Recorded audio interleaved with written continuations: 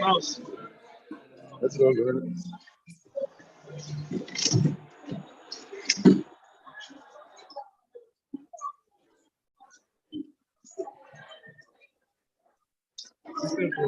Chama o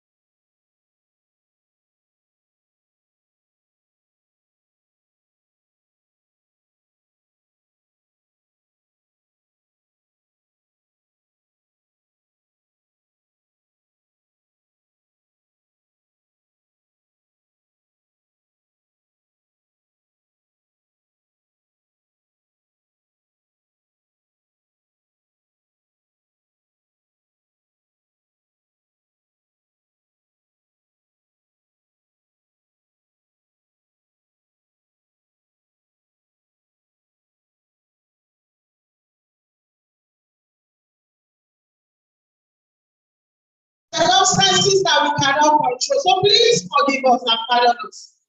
Am I forgiven? Yes, thank you. Our wonderful, beautiful women, I want to sincerely on behalf of the association apologize for starting behind schedule. You have proven that you are indeed noble women. The first lady of the state will love you.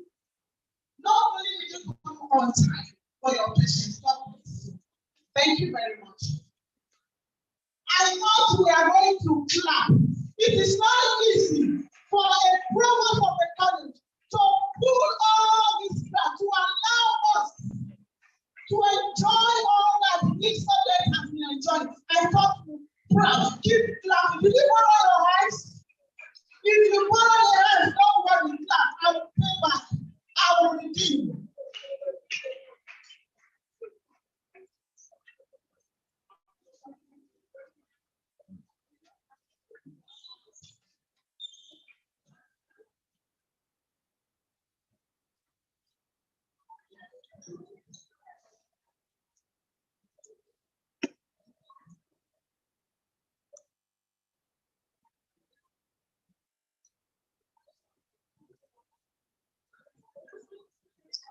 Can we be seated?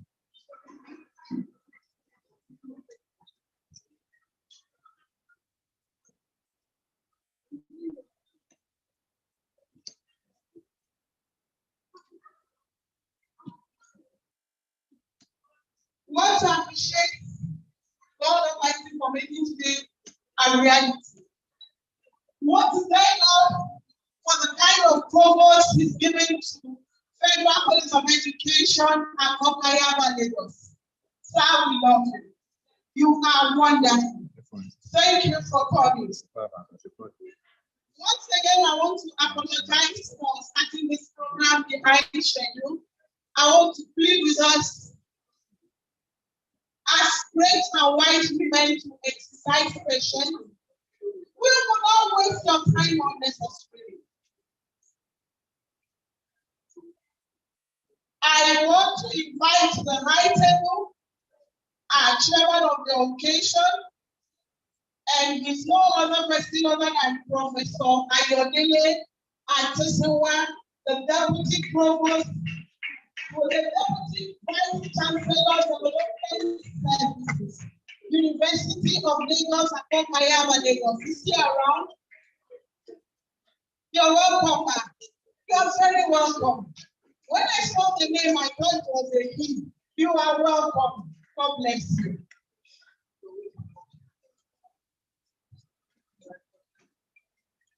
I want to recognize the presence of the high table, our mother, the first lady of this state, Her Excellency Dr. Mrs. Claudiana Ibiyoke Sanwo-Olu, pardon me for my who is ably represented by Mrs. Comfort Adeyoke, the wife of the special advisor to the Lagos State Governor on religion. I thought we would clap. It is not easy to be selected as a representation. If she didn't trust her, she wouldn't have picked her. Please clap for her.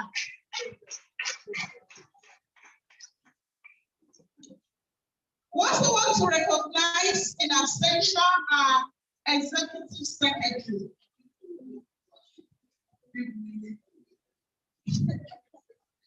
Professor Paulinus Chijoke Owele, the executive secretary, National Commission for Colleges of Education, and also the grand patron of National Association of Women in Colleges of Education. I thought you would clap for your ears. I thought you would clap for your grand patron. On his way. Permit me to hand over to the daughter of the soil to continue.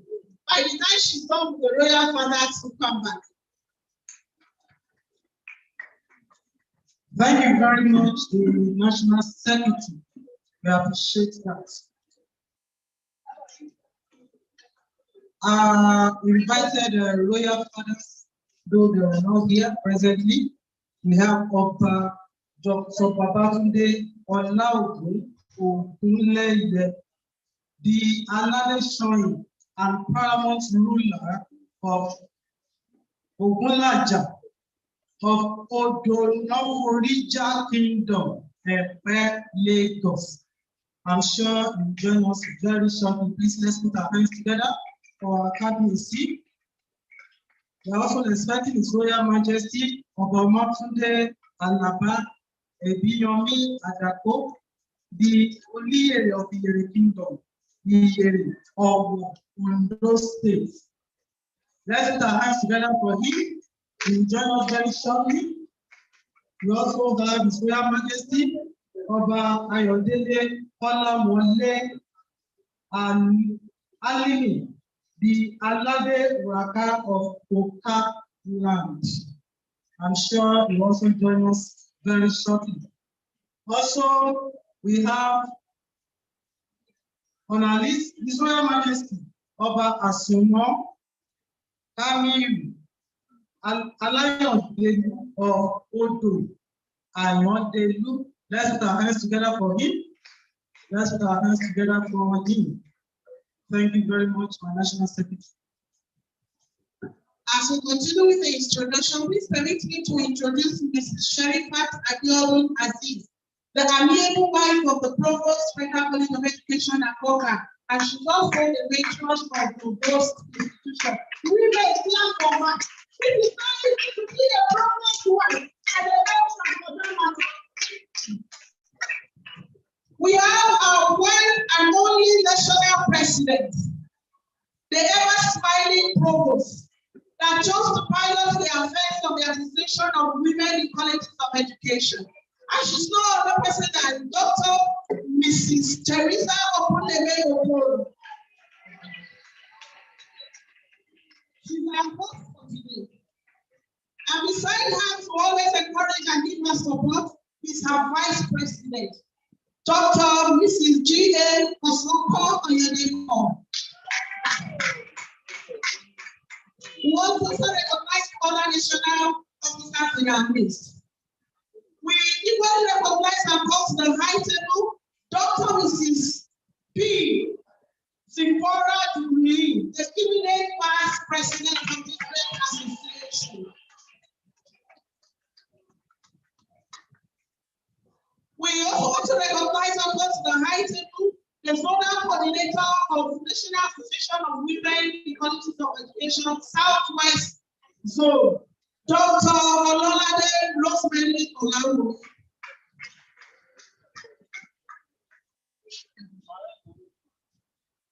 We want to recognize and appreciate the presence of Professor Patricia Ipina of Michael Gomara University of Agriculture, who has traveled all the way from Abia State to grace our occasion and present the keynote address. You are welcome, God bless you. We love you. We also want to recognize the presence of Omolola A. Ladere, former Provost Adeniro Obusanya College of Education, Ijaniki, Lagos. Lead paper presenter 1. Please, you are welcome. Thank you for giving to me. I want to apologize once again. Thank you. All WICE fellows are here recognized. We want to recognize the presence of Dr. Mrs. Oshodi Odunola, former acting provost, Michael Odunola College of Primary Education, Workplace, Epe, Lagos. She's our second lead paper presenter. That's for tomorrow. We want to recognize all our leads. Please, can you wave to the house who love you? All our leads, you are welcome. Thank you for honoring our invitation. We want to recognize and come to the high table the national president of SUKEN, Comrade Dalani Ali N. And also in our midst is Comrade Aminu Awolu, who is the National Treasurer. You are welcome to the high table. We want to also recognize Comrade Daniel M. Malo, Sugar Publicity Secretary. Thank you for honoring our invitation. In our chapter, we have Mr. Ijadunola K.T. Golasuche. You are welcome, please. Thank you. Mr. Wachukwu A. Sukenche, you are welcome. Mr. Aloge Nasuche, you are welcome. Mr. Obuli Ann Nat. All our mother union in the college, please come to the high table.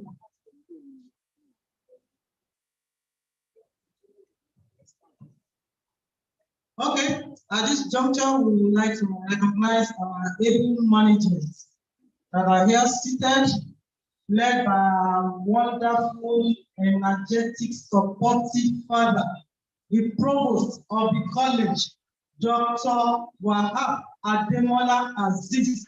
He is the provost of Federal College of Education, Technical and Please let's put our hands together for him.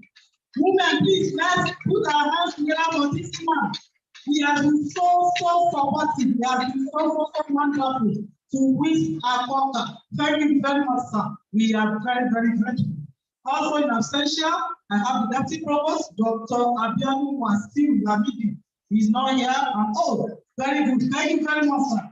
Thank you, sir. We appreciate very for ever supporting WICE FCT Akota.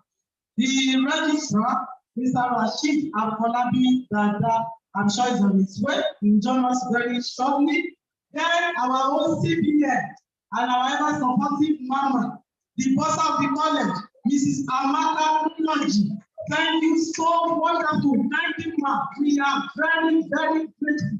Thank you for supporting WICE FCT Akota. The librarian, I'm sure she's also on her way, Mrs. Petri. Ola Udon, she'll join us very shortly. Thank you very much, my national secretary.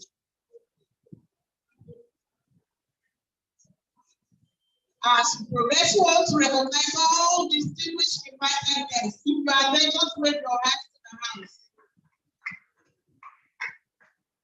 We cannot complete this introduction without recognizing the presence of the gentlemen and ladies of the sex. They are our mouthpiece today. You are all welcome. We recognize all participants.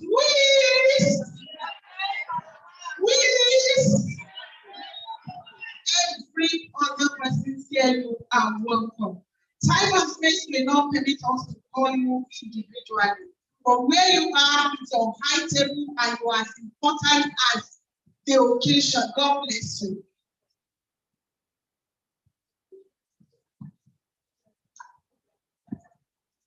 We will all rise up for opening prayer.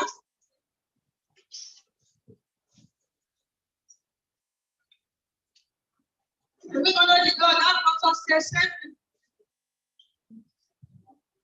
The great Allah from us. I call on Mrs. Jamalia Suleiman for the Muslim prayer.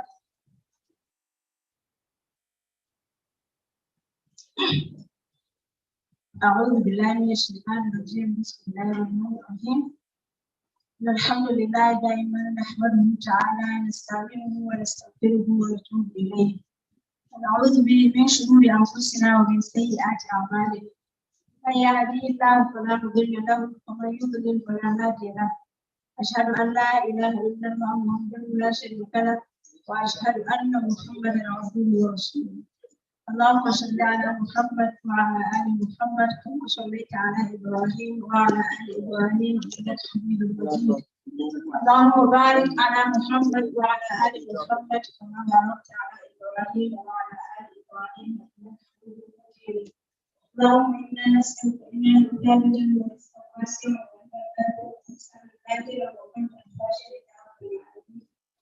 اللهم انفعنا وارحمنا ومنا بالعكس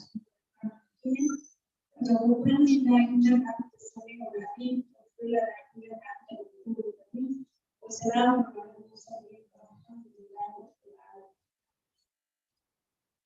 Thank you very much, Emalia. Stay standing for the Christian prayer. I follow Mr. J. from FCE, Obuzu, of the Christian prayer.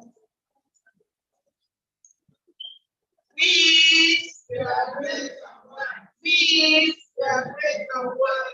Let us commit this occasion into God's hands. We begin our prayer in the name of the Father, and of the Son, and of the Holy Spirit. We are grateful,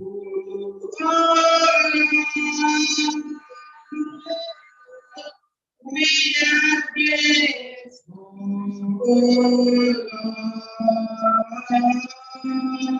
for all you have done for us. Hallelujah, we are grateful, oh Lord. Father, King of glory, yes, we are grateful for the journey mercy granted unto us. We are grateful for the gift of life. We are grateful for the protection, the guidance, and the provision given to us. We say, may your name be praised both now and forever in the mighty name of Jesus. Father, this day was already ordained by you, and it shall be successful to the glory of your name in Jesus' name.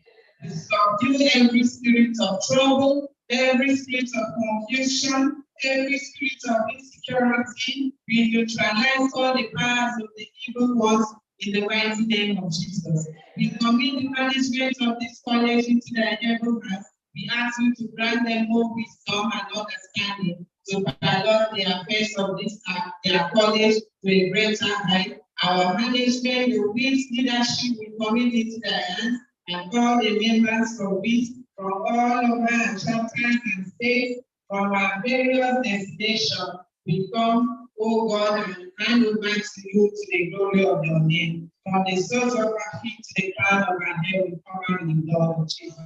The blood of this festivity, we cover in the blood of Jesus. We say, may you have your way in our lives in Jesus' mighty name we pray. In the name of the Father, of the Son, and of the Holy Spirit. Thank you very much. Please stand in for the next transmission of the stage.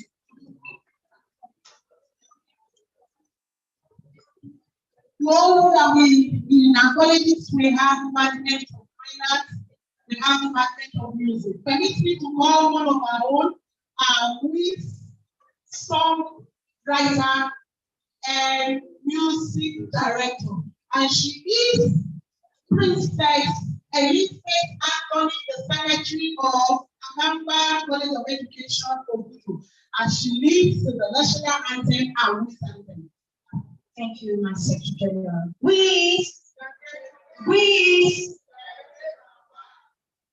We shall be taking the first anthem of the national anthem, then the WICE anthem, one and the chorus. You find that on page 1 of the program.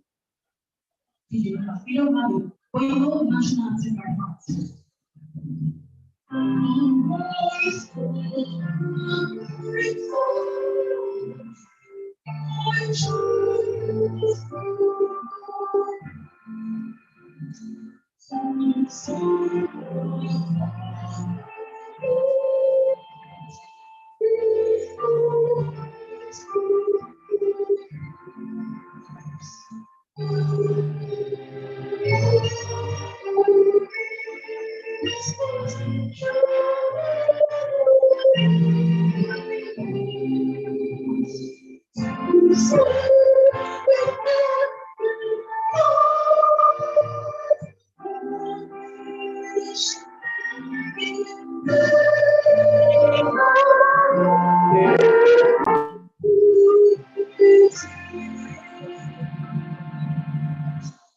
Oh, we will praise, push on it for His facilitating, progression, through endless timelines. Everyone, with your hands up, always, we will not sign on this. and the mornings. We are grateful.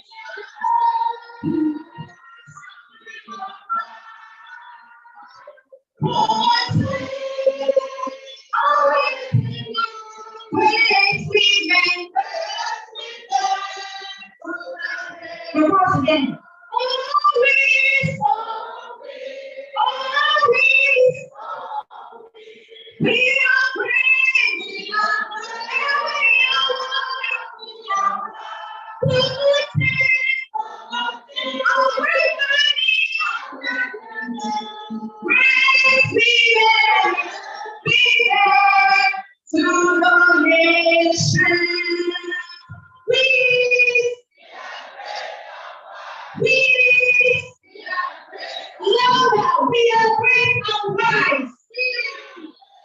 Thank you.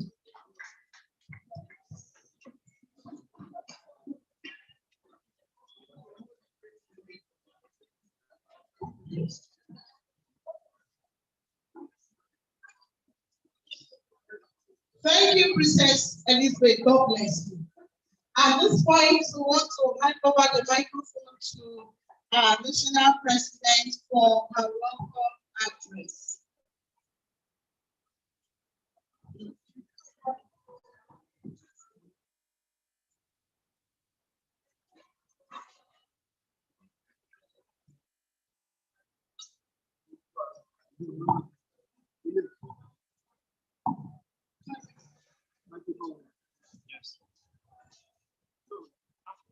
WICE!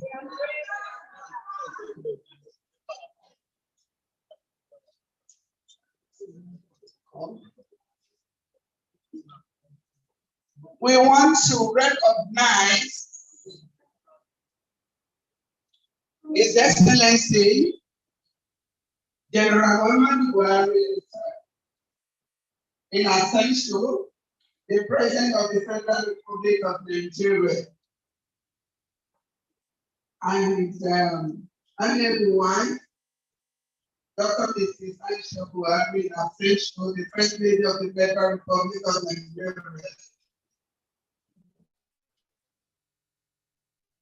Our able Honorable Minister William Adamu, the Minister of Education, Federal Republic of Nigeria, Professor Poinis Chijoke Okwele, our Grand Patron, the Executive Secretary, National Commission for Colleges of Education, NCCA, on his way. His Excellency, Minister Babajide Olusola Sanwo-Olu, Executive Governor of Lagos State, and Her Excellency Dr. Claudiana Ibijoke Sanwo-Olu, the First Lady of Lagos State, ably represented by an able, good-looking, smart lady, Mrs. Comfort Adeleke, the wife of the Special Advisor to the Governor of Lagos State on Religion.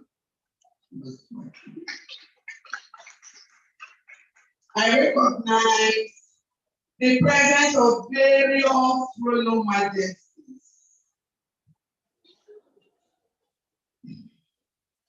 for the sake of not committing blunder to this name. They've been so recognized, and I wish to recognize them. There are many of them. So, as they come, we will appreciate them.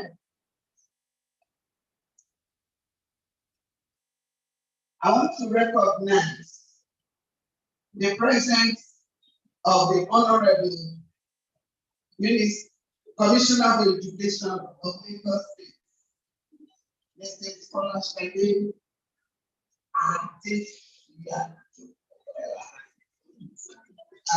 and Sharon on her way. I recognize the presence of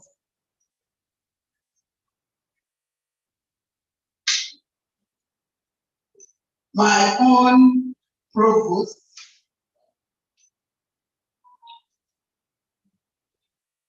Dr.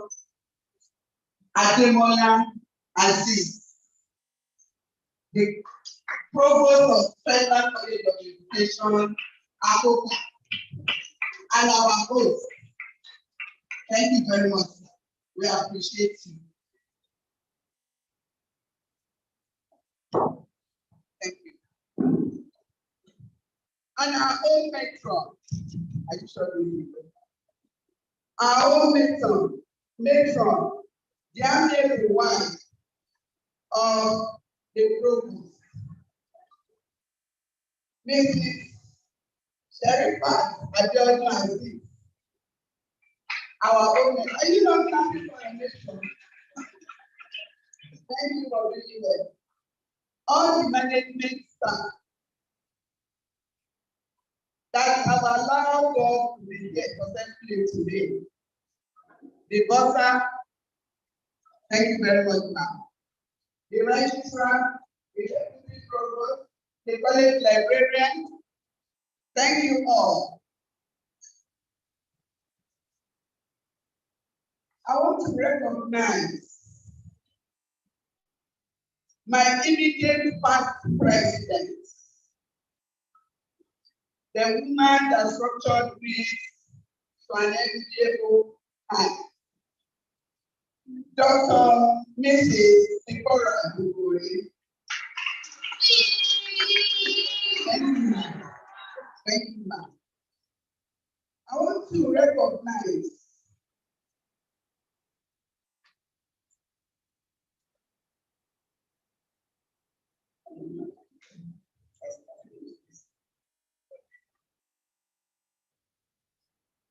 all the WICE national officers, especially my own vice president, Dr. Kosoko Oyedo. Thank you, ma'am. Our invited guests. I recognize the presence of my own friends.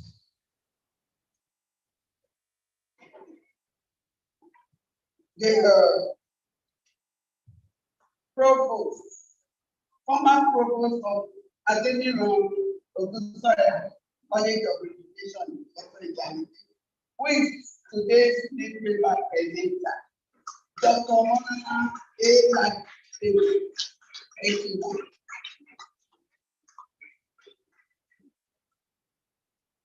I want to recognize the former acting provost of Michael Federal College of Primary Education, Lagos.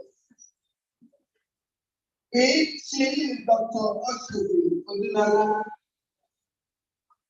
on her way. Thank you.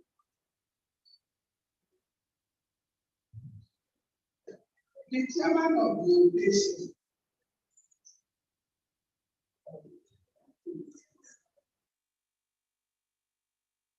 this is a woman that doesn't joke with time. Mama, I respect you, ma'am. She came before all of us, even before those of us that are organizing. Our able chairman of today's occasion, Professor Ayotele Osenoa, Deputy Vice Chancellor of Development Services, University of Lagos, Africa. Only represented by Professor Bangari. Mommy, I appreciate you. I respect you. Thank you very much.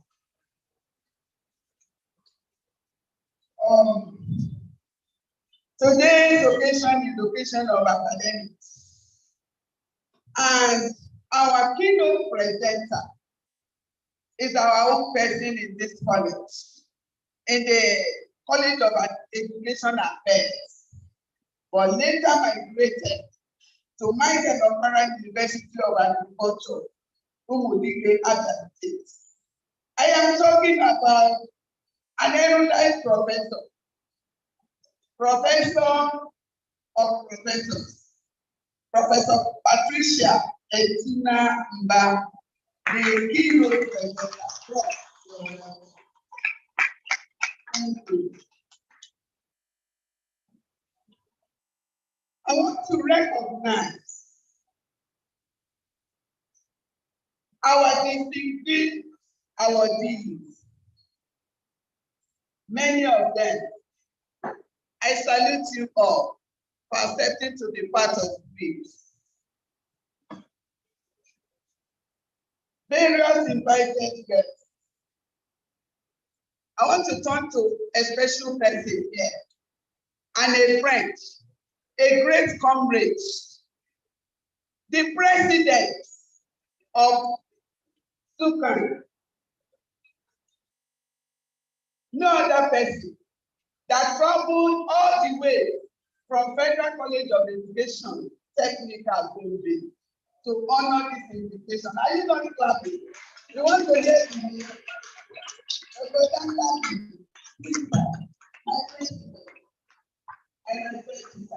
Thank you for honoring our invitation. I also want to recognize all the union experts that came on the way with me, who are still in North.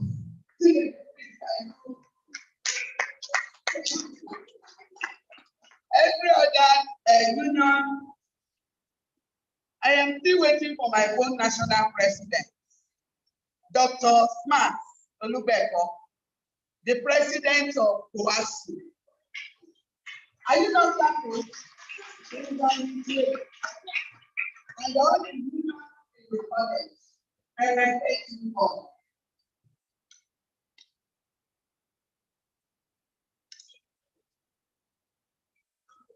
Please, distinguished invited guests, all participants,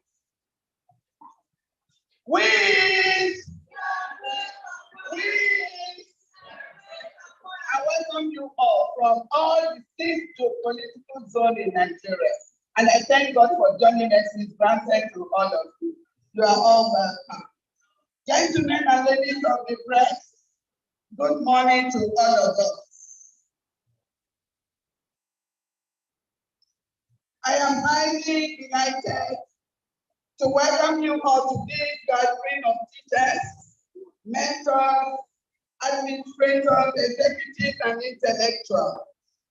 It is a great honor to welcome you all to the 26th Annual National Conference, Production of the National Association of Women in Colleges of Education, WICE, and Federal College of Education Technical Abuja, Yaba Lagos, the Center of Excellence in Nigeria. I wish to, on behalf of the National Executive Council, thank the Almighty God for joining us granted to every participant at this year's conference workshop, despite all odds, especially the security challenges in the country. On behalf of the entire members of the association, I sincerely welcome and appreciate our executive secretary, Professor Oliniso Chijokokwede, and Grand Patron of WICE in Norway. I also want to thank Rob for the connection and material encouragement in making sure that this year's conference workshop is successful. Well, thank you for the utility vehicle. You released to us to convey our material here for the event. We are grateful to you, sir, for also being there for us. We want to thank you for all your efforts in improving enrollment into the colleges and restoring qualitative education. Since you are due office as the executive secretary, which will always support your work, which is equally in line with our objective. Your peaceful presence at this function is a clear manifestation of the interest and belief in WICE. Thank you, sir. I welcome those people, especially the Executive Governor of Lagos State, His Excellency Mr. Babachide Sanwo-Olu and His Majesty Dr. Mrs. Claudian and teacher of the Lagos State Public Education. Dr. Nicola Sade Adepisayo. Our royal mother, His Royal Majesty the chairman of the occasion, Professor we are equally delighted to have all the provost present, especially Dr. WICE, Provost FCC and Congratulations, for accepting to hold this council. Thank you, sir, for all your support and encouragement.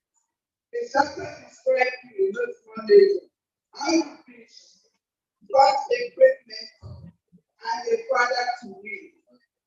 My provost, I am grateful to you, sir. The Southwest coordinator, Dr. Allow me, Olalade Rosely.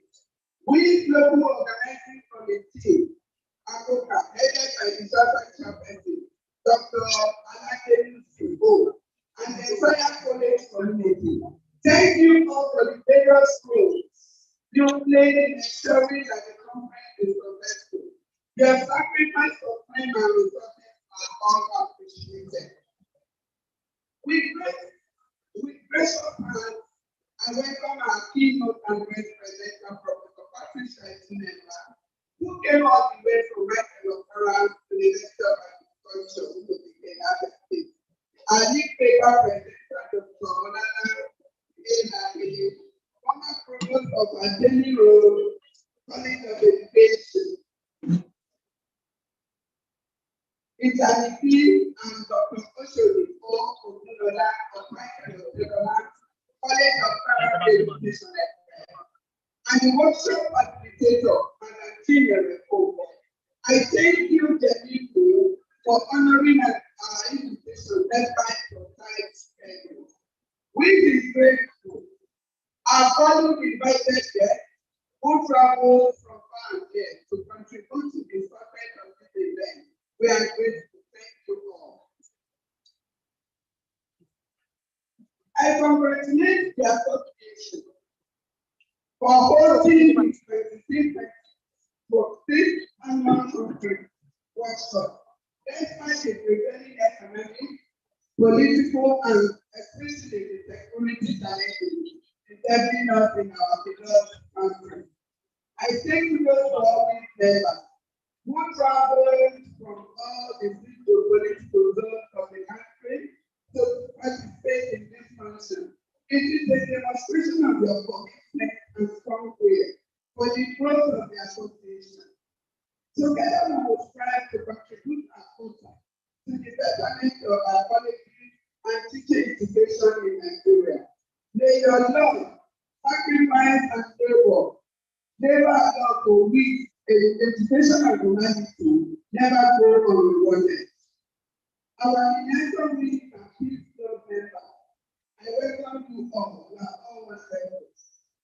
The theme of this year's conference, challenges of global crisis on Nigerian education system, is out, especially now that the nation's education sector is still recovering from the global pandemic of COVID-19, and now being confronted with other international challenges. The corollary of these challenges is that people work extra hard to meet up with family and social obligations. Hence, they have little or no time to rest or check their health status. We members will not step out. We therefore decided to draw attention to the mental and physical aspects of our health. This is why the theme of our 6th annual workshop is the place of mental and physical health in the workplace. I hope and believe that all presentations, arguments, discussions, and deliberations will yield positive results that will address some of the challenges that will be identified during this conference. Therefore, all participants are enjoined to eagerly listen to the facilitator's wealth of knowledge and contributions on the theme of the conference and workshop. There is a saying that all work and no play, make that the goal. Yes, I'm chairman, sir. invited guests, and other participants.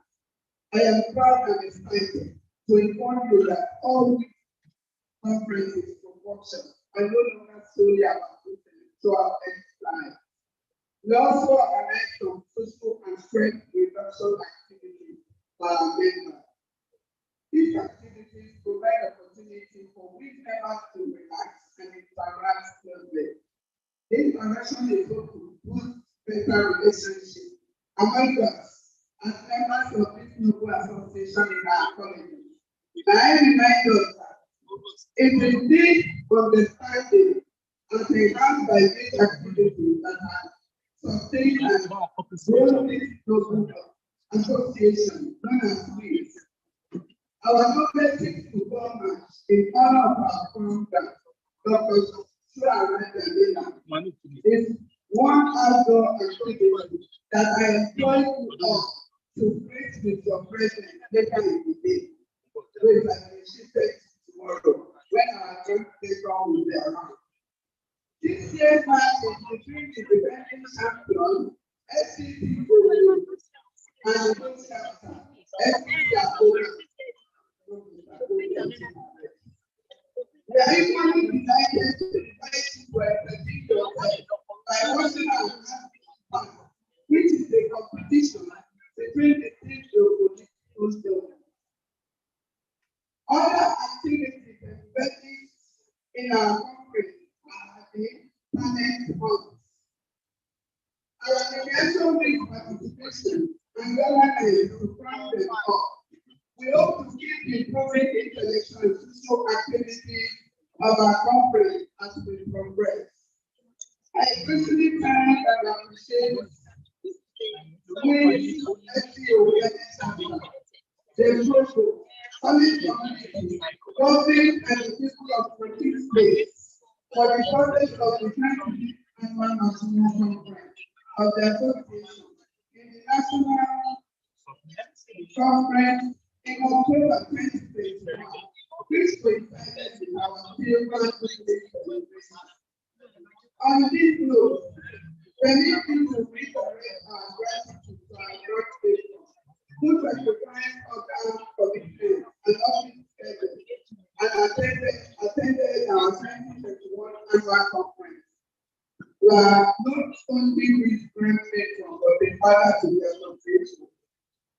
I equally thank the College of Provost, other stakeholders, and all the participants, as well as other invited personalities that supported and facilitated the successful hosting of the conference. I sincerely hope that all of us here will contribute in one way or the other towards success of this year's conference and workshop.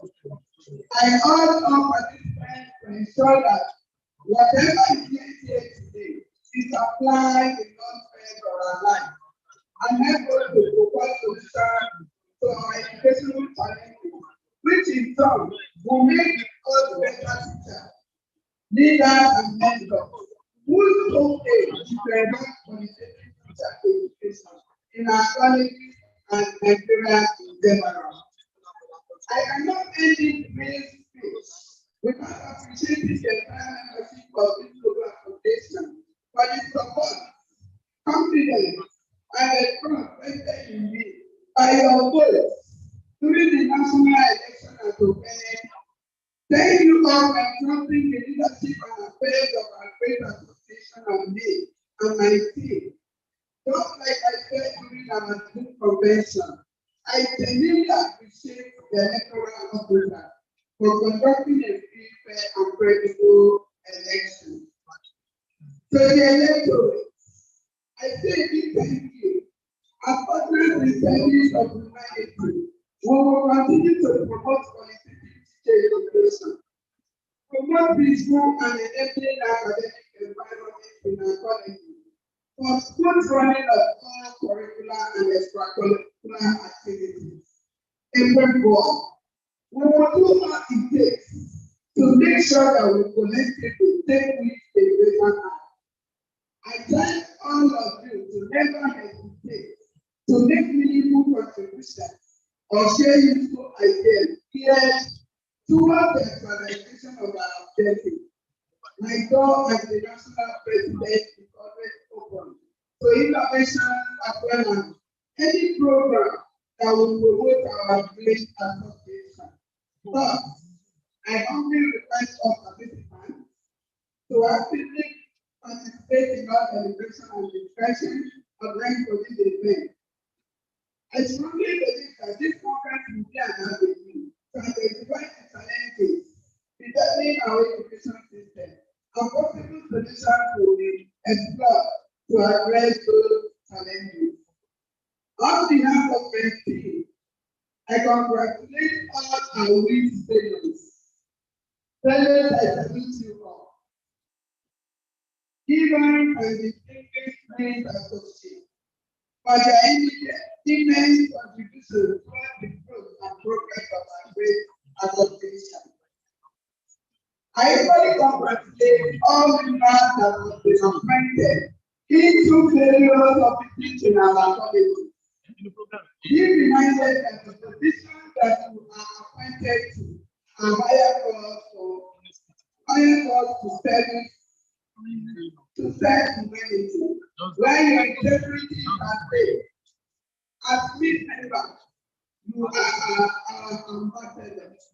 As such, I thank you all to put in your best with all sense of diligence and commitment.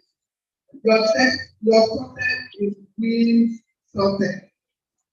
Thank you all for your prayers towards my dear appointment as the provost of SPC Women in Anambra State. Thank you all for your prayers towards me as the provost in Anambra State. I am sincerely appeal to you, our chairman and invited guests, as well as all the participants to generously launch some of our publications. Our journals contain very interesting scholarly articles that address issues of national interest. Finally, I want to once again congratulate our two chapters. I didn't know inside the College of Education in 19, and Michael College of Primary Education on their conversion into the University of Education. As you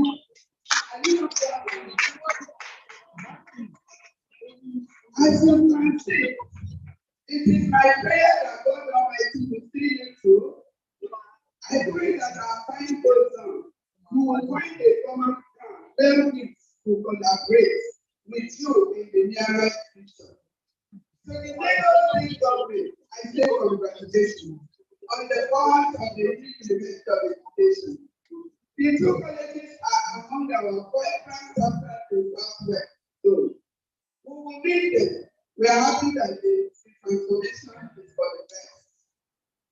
The white conclude permit me to heartily appreciate our husbands, loved ones, and our colleagues for allowing us to attend this year's conference together. In spite of all challenges, women, you know, this is continue to not allow me to travel now. From the county to Tambura, east and west, to travel slowly, far and wide.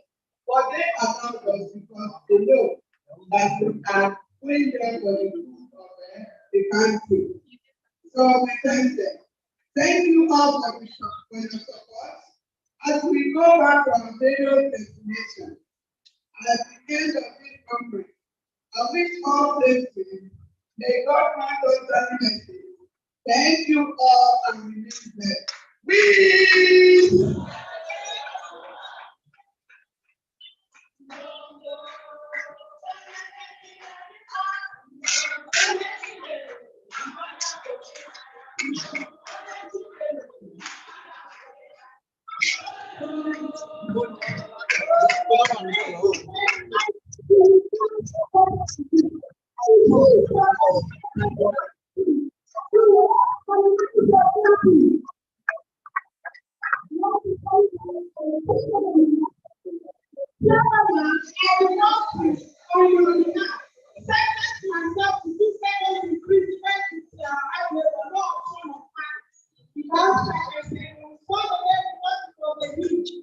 because of the attention to event for the week.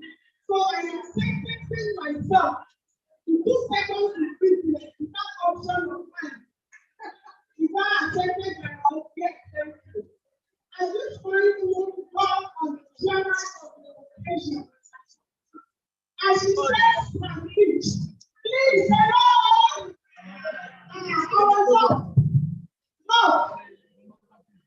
No, please get our natural WICE ready. Immediately, there's going to be a little adjustment. His head will be talking. As soon as our chairman is done with her speech, we will invite the Bilateral WICE for a brief performance. Chairman, God bless you. And if my verdict is okay, I am happy. Don't worry. Thank you very much.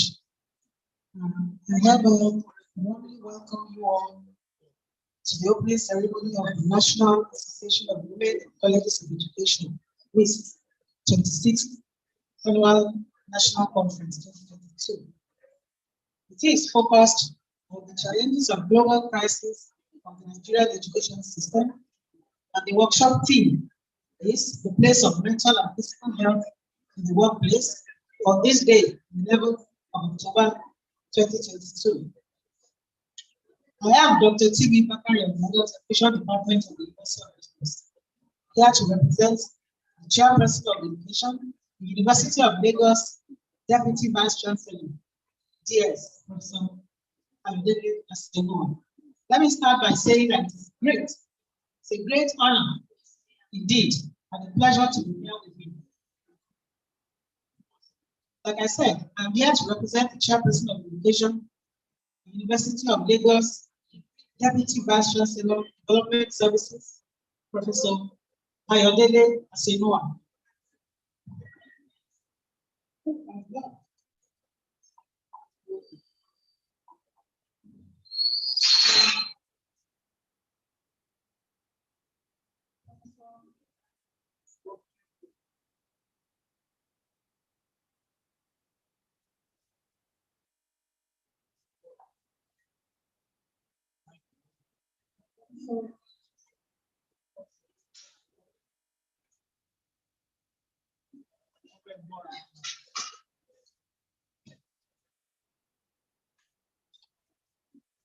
Put the 2 mics on this. Put the 2 for Mama. This.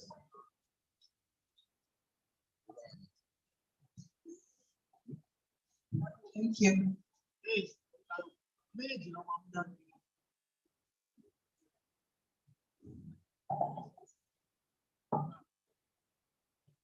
Like I said, I'm here to represent Professor Ayodele Asemoah. I would have loved to be there in person, but the exigencies of our office made it imperative for her to be on the assignment this morning. She sends her apologies and wishes WICE very fruitful celebration. So, good day to all here present. I want to especially recognize the chief host, Dr. Wahab Aziz, the wife of the Lagos State Governor, who represented him in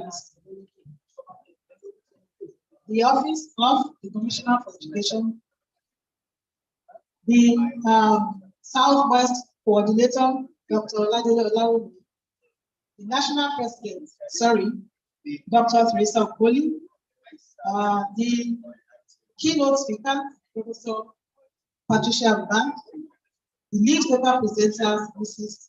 Dr. Omolola Ladele and Dr. Odunola Oshita. I also salute the Royal Fathers, the fellows, and the awardees, the paper presenters, the press here present, students, ladies and gentlemen. WICE as a movement was started to advance the cause of women generally, and especially in the workplace, and to fight for their rights. I therefore particularly thank the organizers of this occasion. I left out the LOC, but my lead person, Yeye Ashwadu.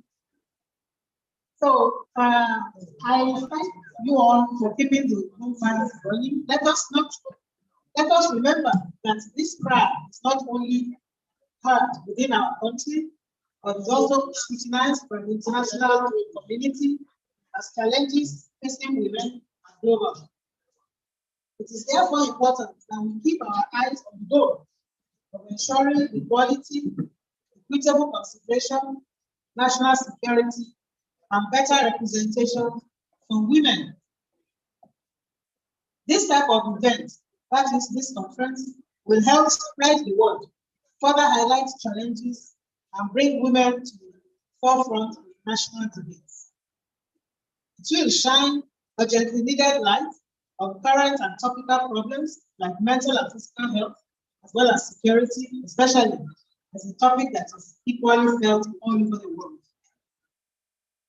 Challenges already facing the educational system in Nigeria include poor funding, inadequate infrastructure, problematic security, and the politics of its administration, all exacerbated by the government's apparent lackadaisical attitude towards education.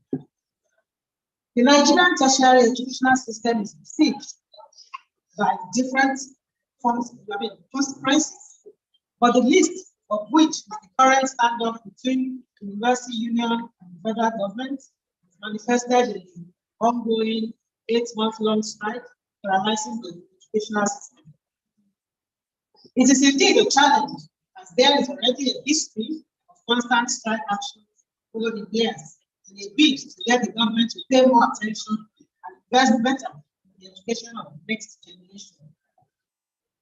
There is also a recent report of university lecturers in the United Kingdom going on strike over poor pay and working conditions. All of this in the wake of an already unprecedented disruption in education from the imposed closure of schools due to the COVID-19 pandemic, made for a global crisis in education. And guess who is more affected? Women. Unfortunately, the tremendous repercussions of the socioeconomic fallout are not only immediate, but the ripples will continue to be felt in subsequent years ahead and impact the efforts of women to forge their ones. The workplace is the more productive sector of the Nigerian economy. And every responsible adult works. We today define the workplace differently, as it may be in or out of it. It is generally assumed to be a space people go to, usually on a daily basis, to conduct normal day-to-day economically productive activities among employers and employees of labor. This is largely done outside the home and involves meeting and associating with other people. When we factor in the stress of traffic and the time of commute, especially in a place like Cosmopolitan Lagos, it must be deduced that there will understandably be stress that will translate into the necessity for commensurate physical and mental health management. Of course, we know that poor mental health, stress, and the lack of security can negatively affect work output. There are different ways mental health can be detrimental to productivity, as manifested through low energy output, depression, anxiety, stress, indifference, suicide, high blood pressure, among others. As we are all aware, good mental health positively affects workplace productivity. Incidentally, more women than ever are now in the workplace, and I dare say, doing great, even in leadership positions in all sectors. Nowadays, it is an economic reality that women have to be in the workplace, but they continue to operate under the double pressure of maintaining home and work, which adds to the intensity and exposure to stress as well as physical and mental health issues. Mental health is real. It's underdocumented, understudied, And in our society, usually this what happens, especially due to a negative societal approach to mental health issues. Causes of poor mental health include underlying health issues, poor work balance, heavy workload, employee interpersonal relations, workplace bullying, poor working conditions, among others. And guess who uses more? Women. Obvious solutions include access to workplace counselors, improved workplace conditions and security, access to health facilities, but more than anything, government attention to better education and infrastructure, good roads, transportation, electricity, security, and improved minimum wage, amongst others.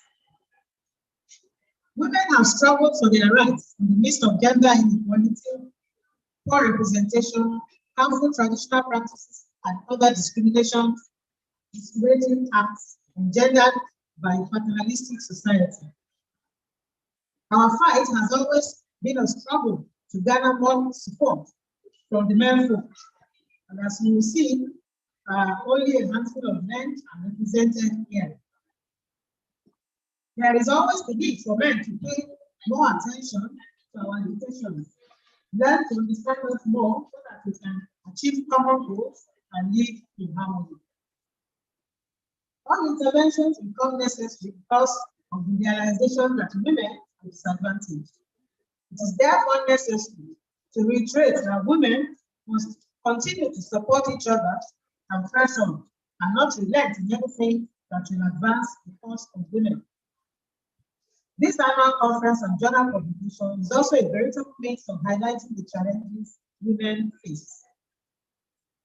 We cannot rest on our laurels and must continue to struggle to ensure women are properly represented in all cadres of the economy, especially in education, and that their physical and mental health are factored into all considerations. I therefore applaud the efforts of WICE in committing to the collection, editing, and production of a standard peer-reviewed and scholarly journal, which is a veritable way of furthering the cause of women, especially with such apparent and relevant theme as that of mental and physical health as well as security. This is another testament to the resilience of women since WICE's inception in 1995, and the journal is another strategy to strengthen capacities of women. There have, of course, been gains over the years, slowly and surely, but we must not yet relent or rest on our laurels. The conference has different sub-themes: corporate security, gender study, teacher education, STEM, global economic challenges, vocational education, environmental challenges, amongst others. I hope the participants will not only follow the stipulated guidelines, but will not forget to link their presentations to the main theme of security and of mental and physical health, and especially in the workplace, and most importantly, how it relates or how it affects women's issues. So due to the current status of lecturers in the nation, I cannot support financial endowment, but I hereby donate 10 copies of my book, Security and Education, with a dedicated chapter to women to the cause. Let us use this as a springboard for a robust and productive discussion, and I wish you all successful deliberation. Thank you for your kind attention.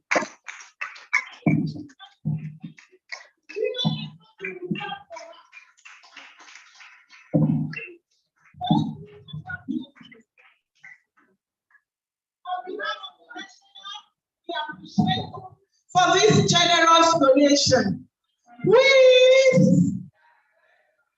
a German, want to appreciate you. I keep saying it.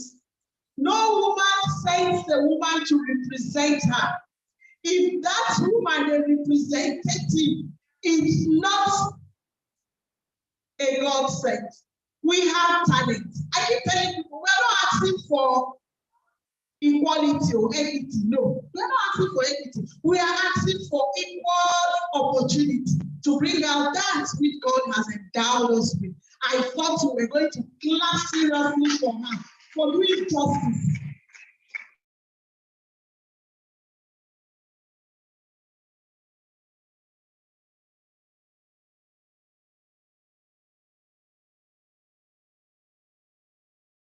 We didn't feel the absence of this adaptation of the bloggers. I want to answer a little. A short time ago, when I was younger than this, I came to Lagos. I saw some white turtle things here. I didn't know that I was not supposed to wear my footwear, and I was anxious. I was going to watch the dog, the small and the spring up before I knew what splashes, and I was asked to run off and remove my shoe. In my confusion, as I was trying to remove the shoe till today, my innocent Christmas shoe, one leg, rested in peace in Lagos.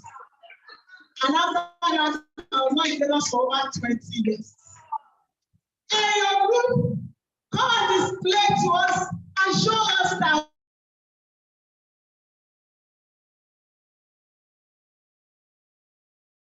we are in Lagos.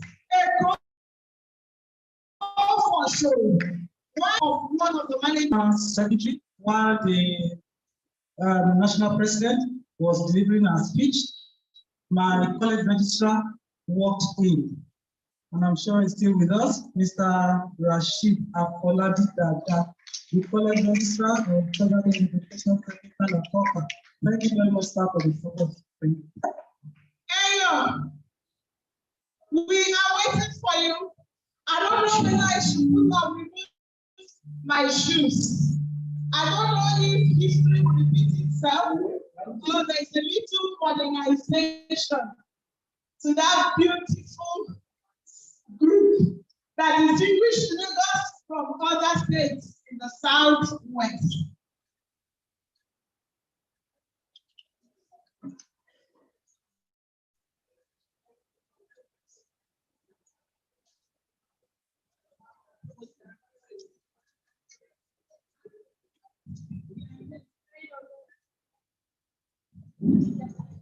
Are we deciding on where to start the show? And then let the go start. I will know that there's action.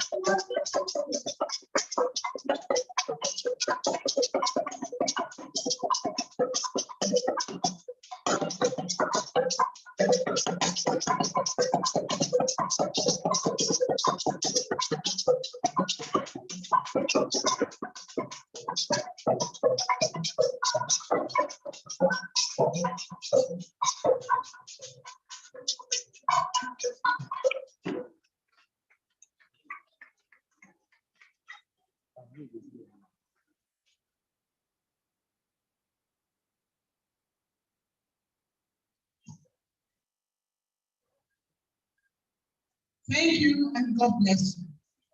With your kind permission, Chairman, I'd like to call on Chief Host, our loving father, the Provost of Federal College of Education, Akoka, and I think by now I'm your small friend. Thank you for honoring us. You're welcome.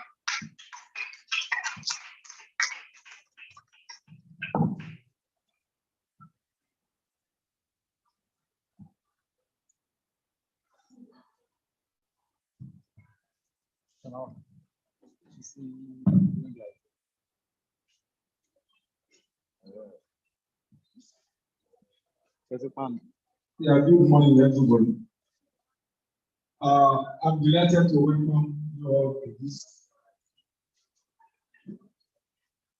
annual assembly of distinguished women in colleges of education all over Nigeria. And the key points of this event,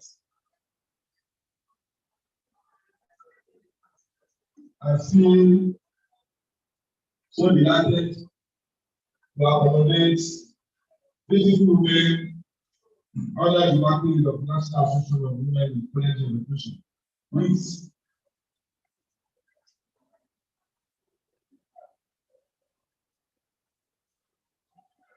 All thanks to the municipal God for granting you all the successful trip to Lagos, the center of excellence. I greet everyone who saw it as a sense of responsibility to be part of this event. On behalf of college management, staff, and students, I extend my modest welcome to the Executive Secretary BS of National Commission for Colleges Education, Professor Paulinus Chijoke Kwele, who is also the Grand Patron of this noble association, for making out time. I'm sure you will join us out of the busy schedules to honor this year's conference at our domain here, FCC Akoka. One vocal appreciation goes to the First Lady of Lagos State, represented here. Our host state, Mrs. Cordiana Dr. Sowolu, for honoring this invitation. You are graciously welcome.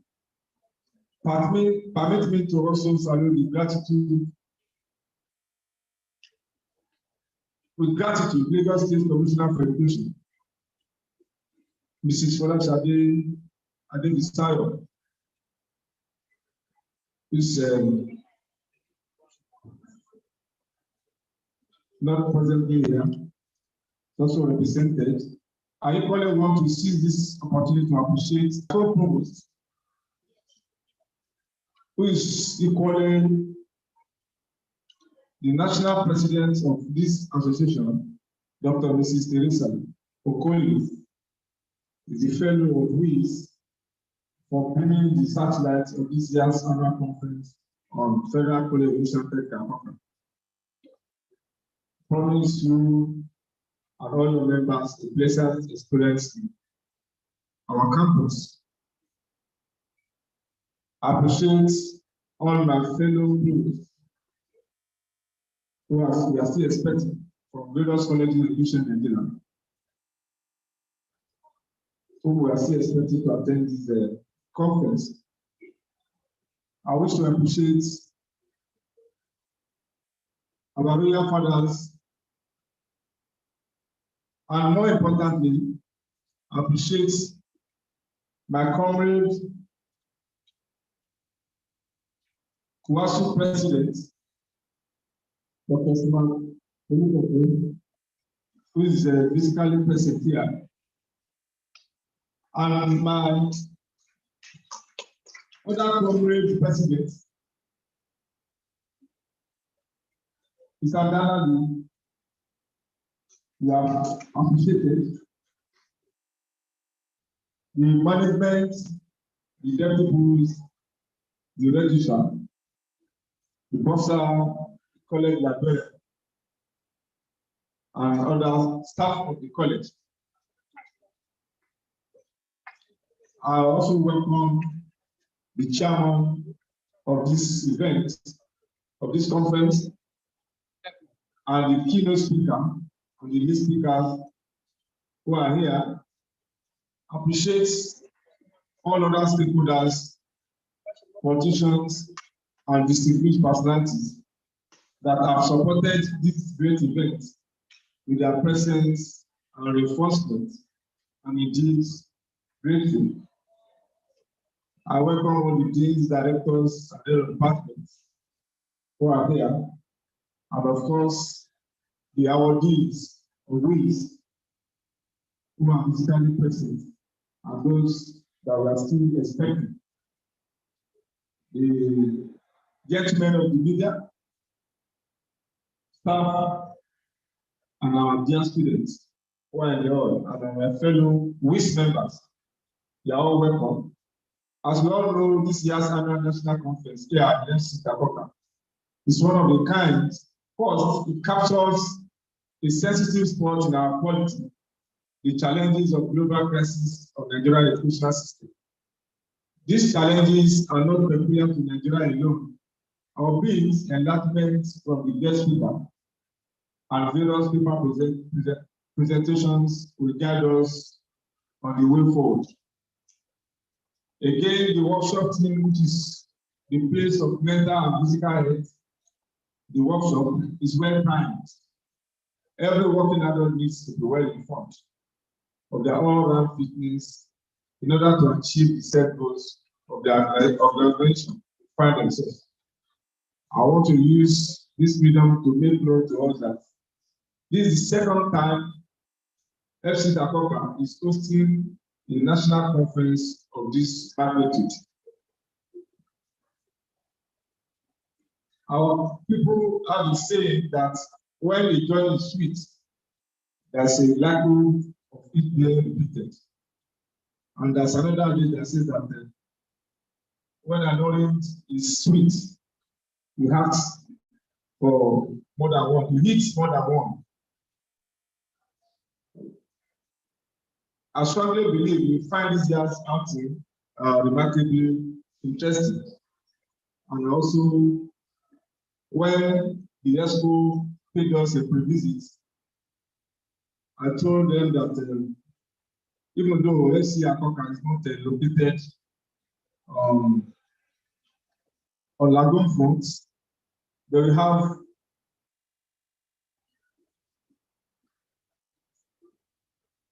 an institution that's a great similar that is the only campus that's situated in front of Lagoon.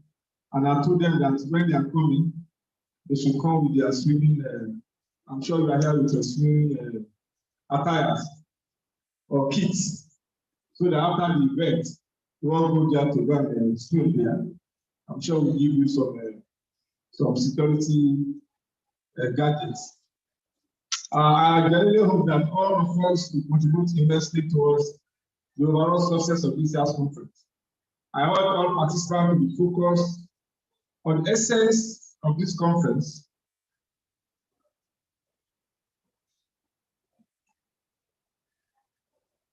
to be focused gather here is better to be taken back to the focus on the essence of this conference, because the knowledge to be gathered here is expected to be taken back to our different institutions. Practically applied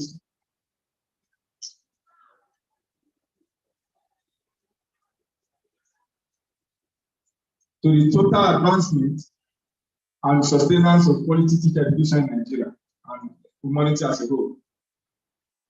Let me say here, before I close, that on behalf of my management, I congratulate all for being part of this year's annual conference. I also congratulate all the national executives for their sacrifices in making this event a reality. Partly also appreciate the Southwest convener, Dr. Hussein Olawumi, for all your efforts. I want to specifically congratulate the LUC, who are also my staff here, our staff. I want to congratulate the LUC and chapter person, Dr. Mrs. Oluwakemi Alafimisi, our members of LUC and executive members for their unrelenting efforts and immense contributions towards achieving the desired success.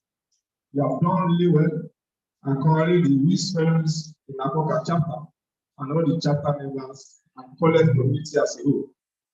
Most importantly, I congratulate all the awardees for being part of this event.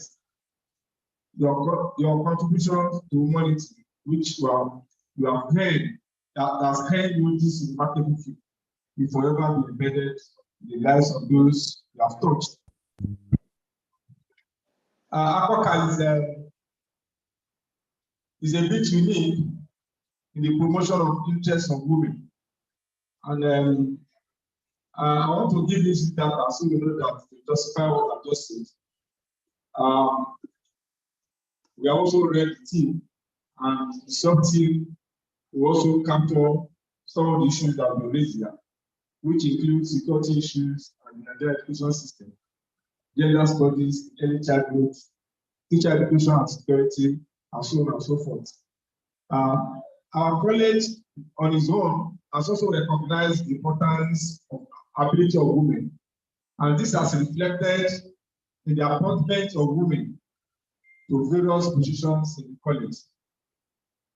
May I say here that the percentage of female senior non-teaching staff, out my super president here, the percentage of female senior non-teaching staff is 48.93%. Maybe by the time we do the survey, we will know which college has a higher percentage of women in the system. I'm sure Akoka is not doing badly here. And that percentage, out of 448 senior non-teaching staff, we have 229 female senior non-teaching staff.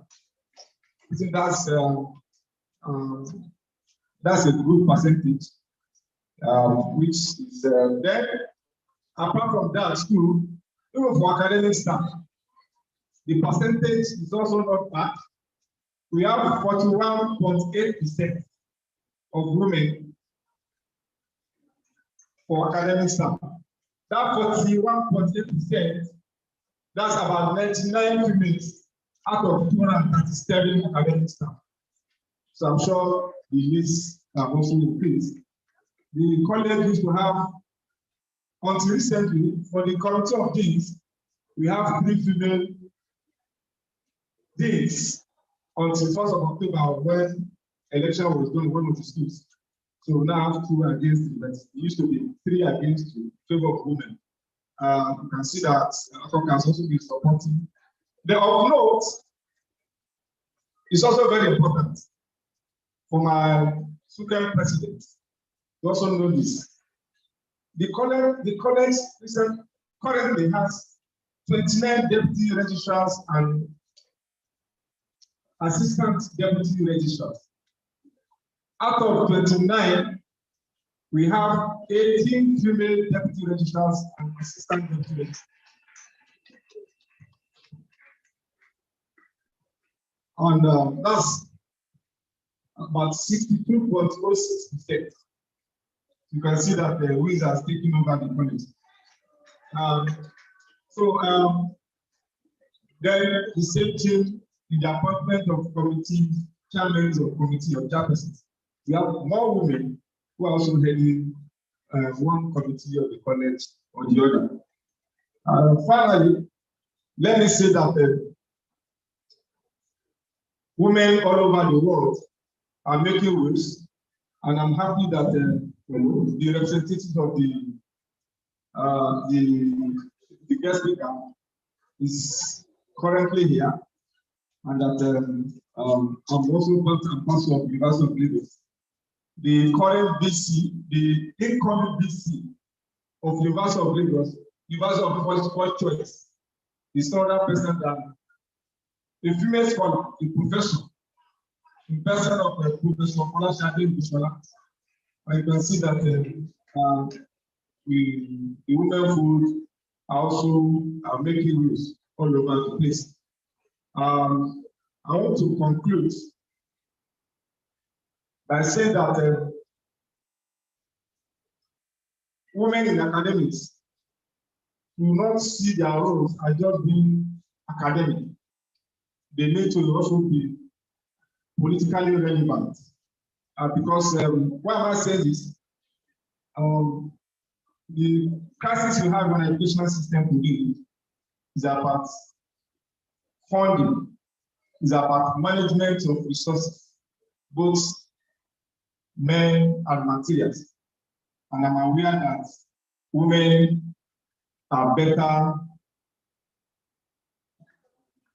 they are better managers of resources. I can say that. Not because they're here, because I'm also a women's rights activist. Please, when you go after this ceremony, you can go and Google Women in Nigeria. And that's the first women organization that was established, that was founded in 1981. That was the first organization that was fighting for the cause of Nigerian women. We have the likes of Williams, and many others who started this organization in 1981. And when I came to Lagos in 1994, I was an active member of WIN. At the point, I was appointed as a membership secretary, because WIN also admit men.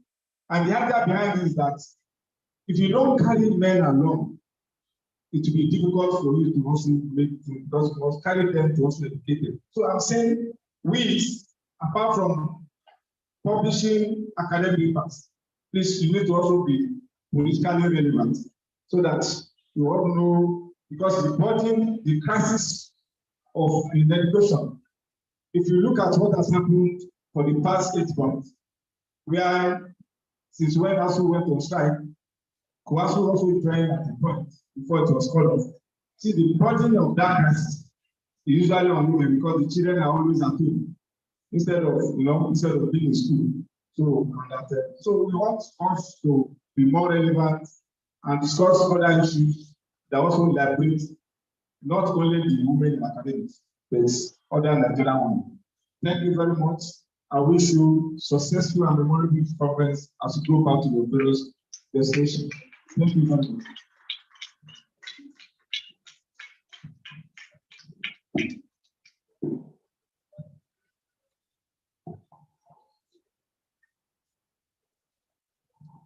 I want to clap for the group because I said I am in small group. For a wonderful address. Thank you very much. Next week. Chairman, with your kind permission, we want to recognize all the players in the house. I will please them because this is their first outing. They will go out and mark you.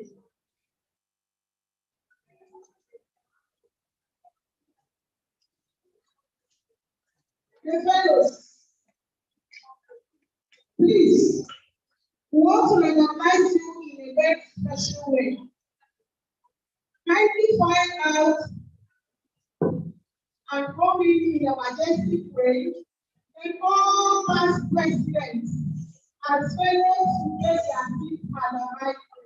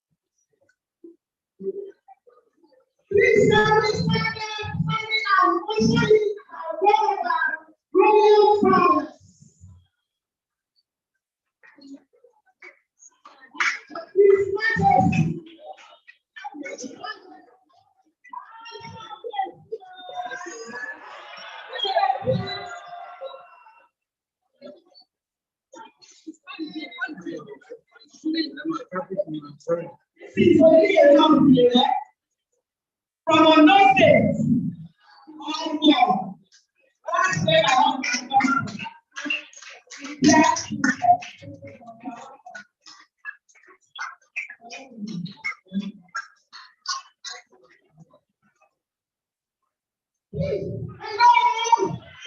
If you're looking for a taxi, I have one here. Come and identify.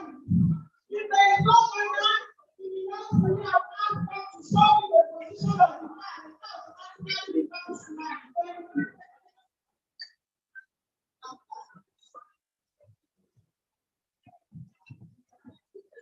Thank you very much, my National Secretary.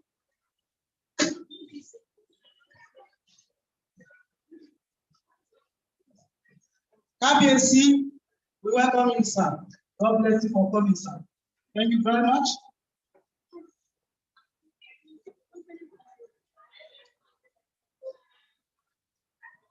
KBC is ably accompanied by the Secretary of Common Local Government. You are welcome, sir. Thank you, sir. God bless you, sir. At this juncture, we would like to quickly give an award to one of us, as my National Secretary said earlier.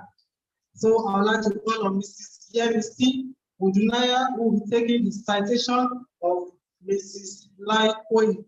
Thank you very much.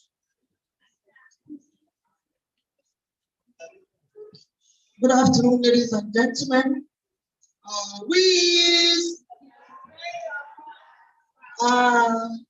Can I have, or can we have Mrs. Lyko, please come to the microphone here.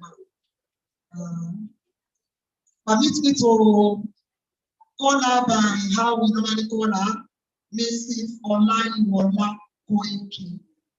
Mrs. Lyko, the CEO, Green Springs Educational Services Limited.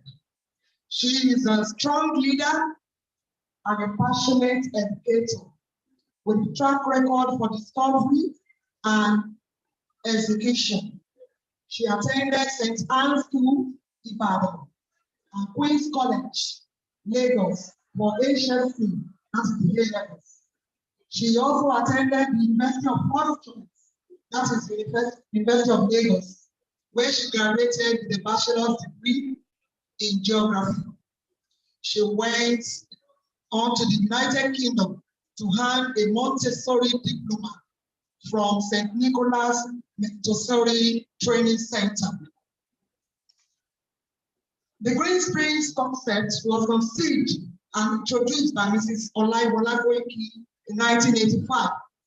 Her groundbreaking innovations and commitment to the educational sector has kept Green Springs on a steady course. Green Springs Schools currently has 3 campuses, Anthony, Lekki, and Ikoyi in Lagos, with a combined population of over 2,000 students. Green Springs Educational Services also run a special needs school called the Hantos House in Lagos. Leveraging on our educational or professional experience as an educational instructor, leader, and administrator, she has provided over 30 years of strategic leadership to Green Springs. Mrs. Olaiwola Koiki is a pioneer in providing and promoting inclusive special needs education in Nigeria. And her campaign has led to massive sensitization and awareness of the educational needs in our society. As an instructor, she sought out by both private and public schools to provide capacity building support. As a passionate educator, she provides learning facilities, training, and support to public schools, private schools, and other educational organizations. She is committed to principle and sharing best practices. She also introduced a unique annual open house event where Green Springs Schools opens its doors to thousands of teachers and school owners from all over the country. The event is tagged "What We Do and How We Do It," presents an opportunity for sharing of ideas and best practices. She is a founding member of the Association of Private Educators in Nigeria and currently is the chairperson of the association. She is also a board member of Accreditation International. a UN-based organization that credits international schools and sets academic standard for improvement of schools. Let me state here that she has pioneered a lot of awards and sponsorship, going to thousands and thousands of dollars to Nigerian students overseas. Please, a round of applause for this woman. She is motivated by her love for the Nigerian child and remains a preschool teacher at heart. I present to you a kind-hearted woman, a woman of substance, a high-quality woman, well-placed, a serious woman, a child of God, a woman of timber and judgment. This is Olamona.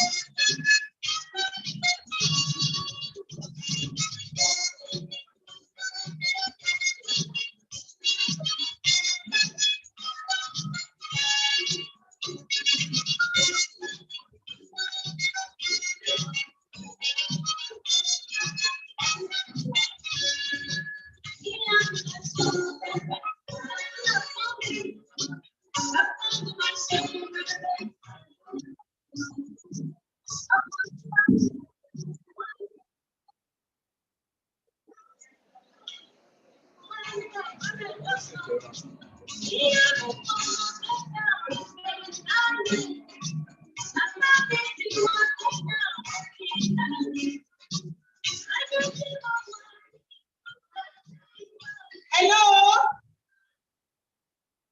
Thank you for that beautiful presentation.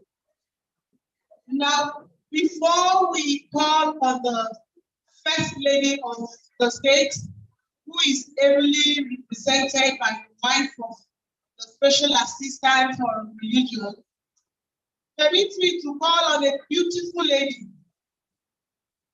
a woman to be, that they have called, they brought. She traveled all the way from Akoka village to appreciate the First Lady. She's the First Lady, and my girl here is also the first girl. Are we ready? Lord. Lord. Presentation of the bouquet to the First Lady, who is ably represented by the wife of the Special Assistant.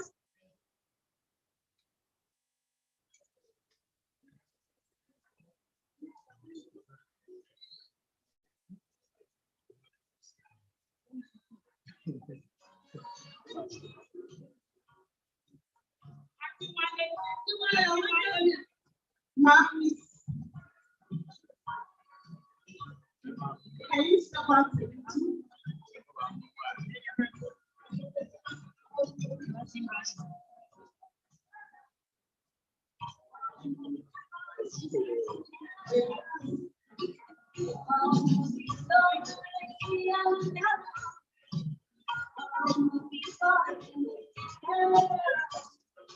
This is the representative of the wife of the first lady.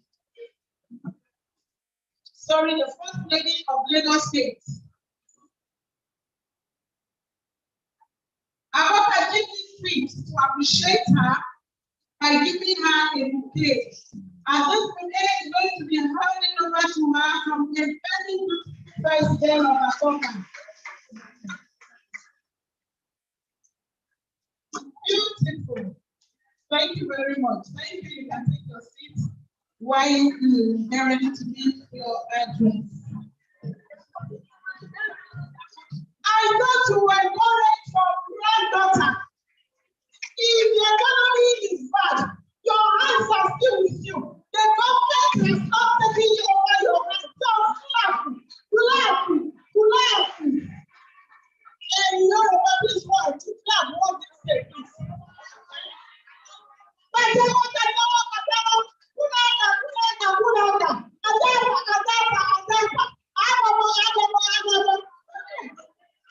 Don't worry. If anybody comes to arrange your hands for me.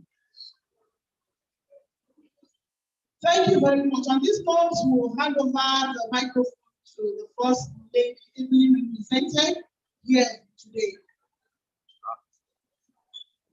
We.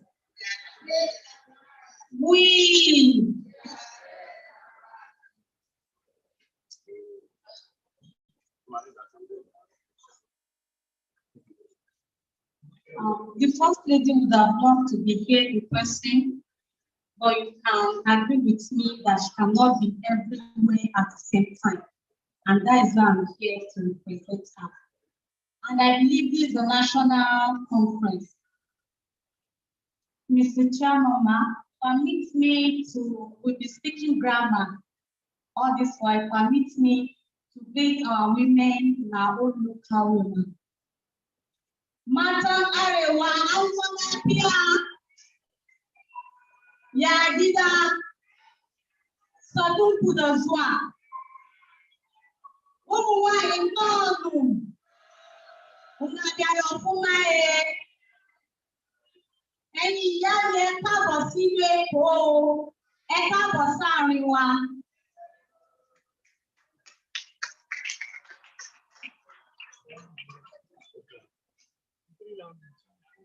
Remarks by the fourth lady of Lagos State, Dr. Ibijoke Sanwo-Olu, at the 26th Annual National Conference of the National Association of Women in Colleges of Education, Federal College of Education, Akoka Chapter, held at Paul Alabi Hall on Tuesday, October 11, 2022.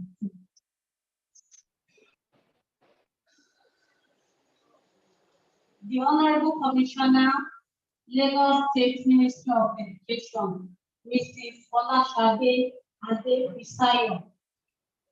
The Chief Host, Provost, Federal College of Education, Akoka, Dr. Wahab Ademola Aziz, and his amiable wife.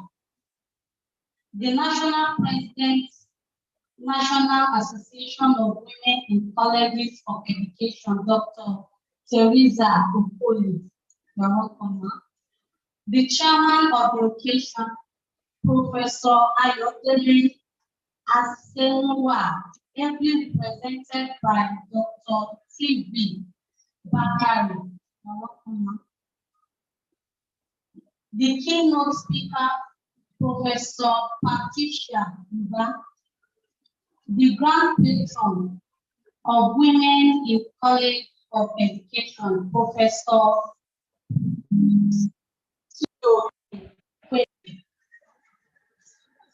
our royal fathers here present, the chairperson Local Organizer Committee, Dr. Mrs. Oluwakemi Aladenusi, and members of the committee, distinguished delegates, gentlemen of the press, distinguished ladies and gentlemen. I am delighted to identify with the National Association of Women in Colleges of Education, Federal College of Education, Akopa Chapter, as you commemorate the 26th Annual National Conference of the Association. Women are torch bearers, women are builders, and women are great managers. The role of women in society cannot be trivialized or undermined. It is therefore deeply commendable and encouraging that women in colleges of education have been playing a significant role in the growth and development of education in Nigeria. This annual conference is demonstrable proof of the positive contribution of this association towards sustaining conversation on how to improve the quality and standard of education. And it is laudable that the conference has become an avenue to thoroughly dissect issues of importance and suggest the way forward. This year, the theme is Challenges of Global Crisis in Nigerian Education System, while the workshop focuses on the place of mental and physical health in the workplace. Nigeria, as we know, is having its fair share of global challenges, particularly the COVID-19 pandemic, insecurity, and the issue of school children, among others. These have impacted negatively on the Nigerian education outlook, and there is no question about the fact that deliberate measures must be put in against the issues in the interest of Nigerian students.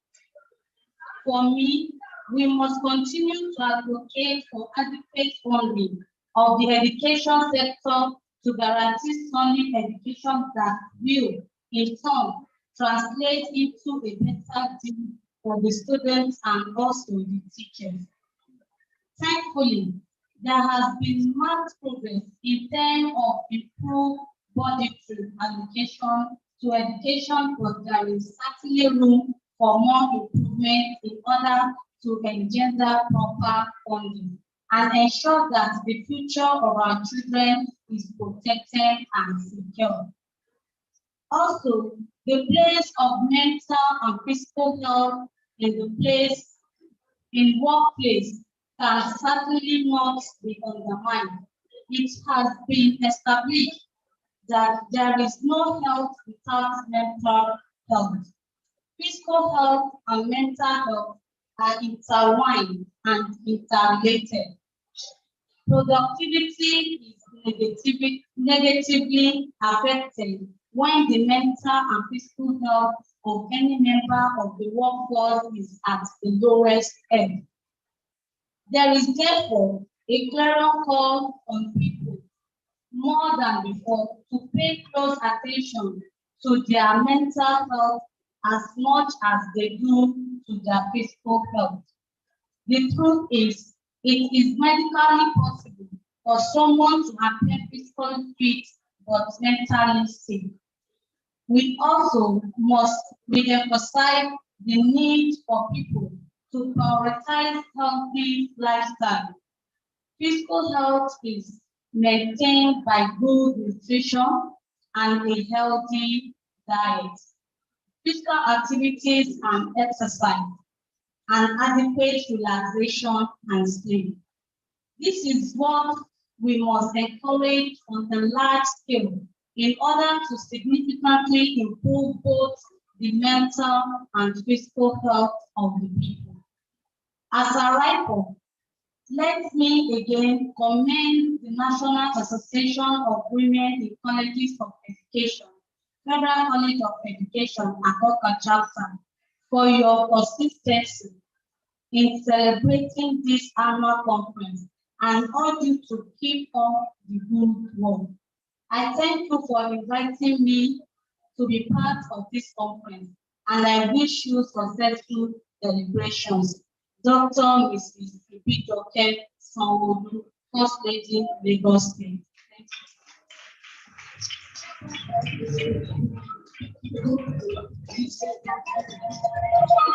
Thank As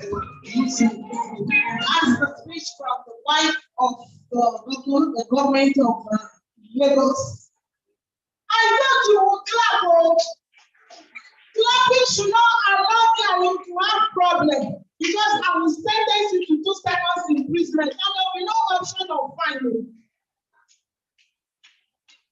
And that was on a lighter note. Please, with the permission of the chairman, we'll keep adjusting.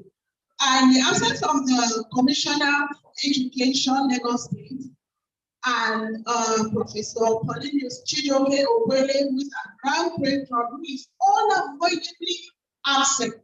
We will skip his notes, he's due to arrive later, and grace our occasion for tomorrow, the workshop that will take place. We would like to call on one of the women that God has endowed with knowledge. We are all very good. To get into the professorial chair, my yesterday student will say, Ijuji easy. Ijuji easy. It's a property that is not transferable. And that is why we keep respecting them, we keep appreciating them. She was once an Akoka staff and relocated to Umudike in Abia State. But because of the love she has for Akoka and WICE, in spite of all the Yamayamas on the road, she still honored our invitation. In spite of all her tight schedules, she still came to give us, to grow us better in our knowledge by being a keynote presenter today.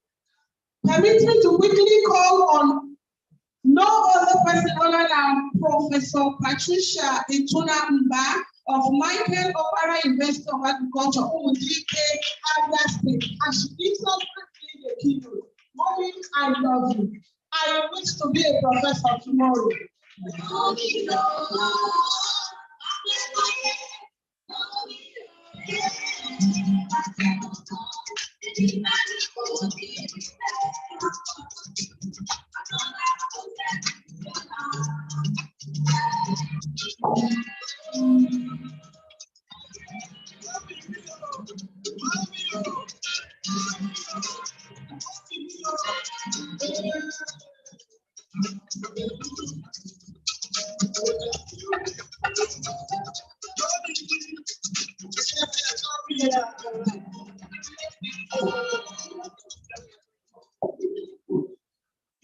Thank you, thank you, thank you.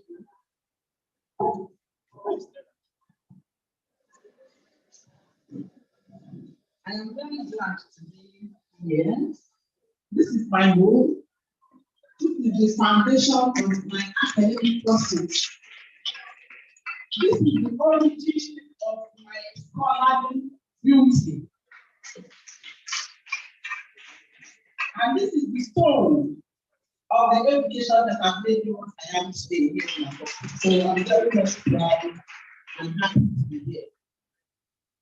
The chairman of this occasion, Professor Ayo Mashima, every represented by Professor T. Bakare, the provost of the Federal College of Education Technical Program, Dr. Adekunle Wahab Aziz, and his lovely wife, the entire management of FCT Akoka, The national president of WICE, Dr. Tess Okoli, my friend, the newspaper presenters, fellows of WICE, honorable members of WICE all over Nigeria, all lecturers of FCT Akota and students, members of WICE that are not here, people posthumous, because there is somebody I'd like to remember here that is no more.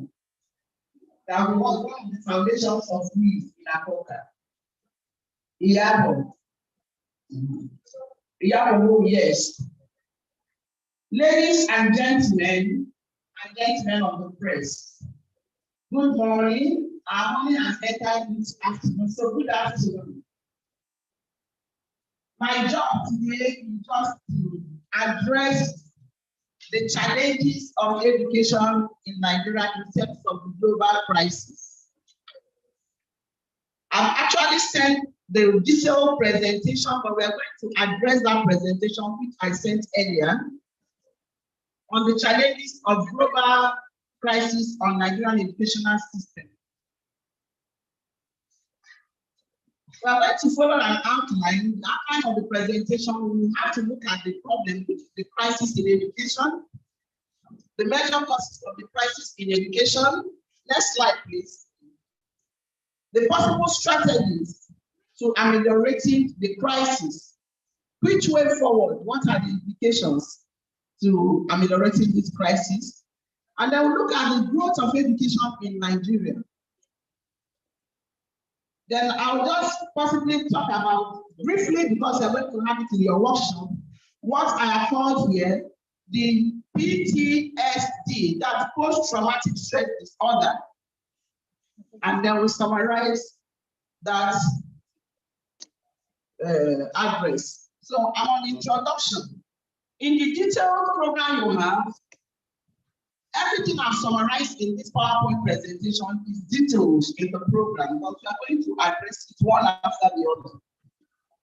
By way of introduction, I said that education is the bedrock of economic, social, and cultural development, which we know that without education, there is nothing we can talk about, even becoming educated in terms of social and cultural development.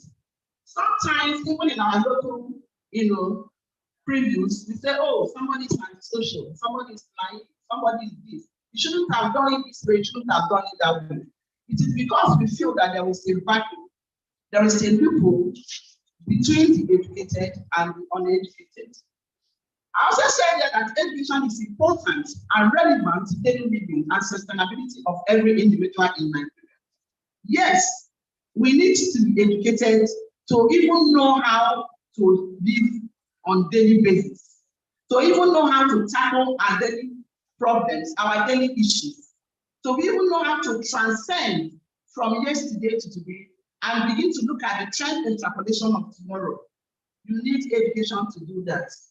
Education is a vital sector in the transformation and development of any country around the world. We have education summits, and people go about talking about how countries can be built, how nations can be better from what they used to be. For political reasons, there are certain words that will not speak. But really, in the education sector, know the significance and importance of every word in transforming a society through education.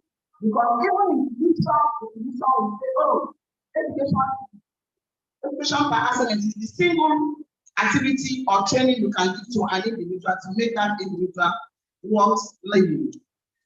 Education encourages growth and social transformation. Education entails investing in human capital development,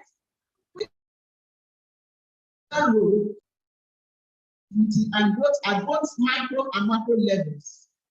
Education attracts nation building, and that is why many nations of the world who understood its importance invest heavily in education.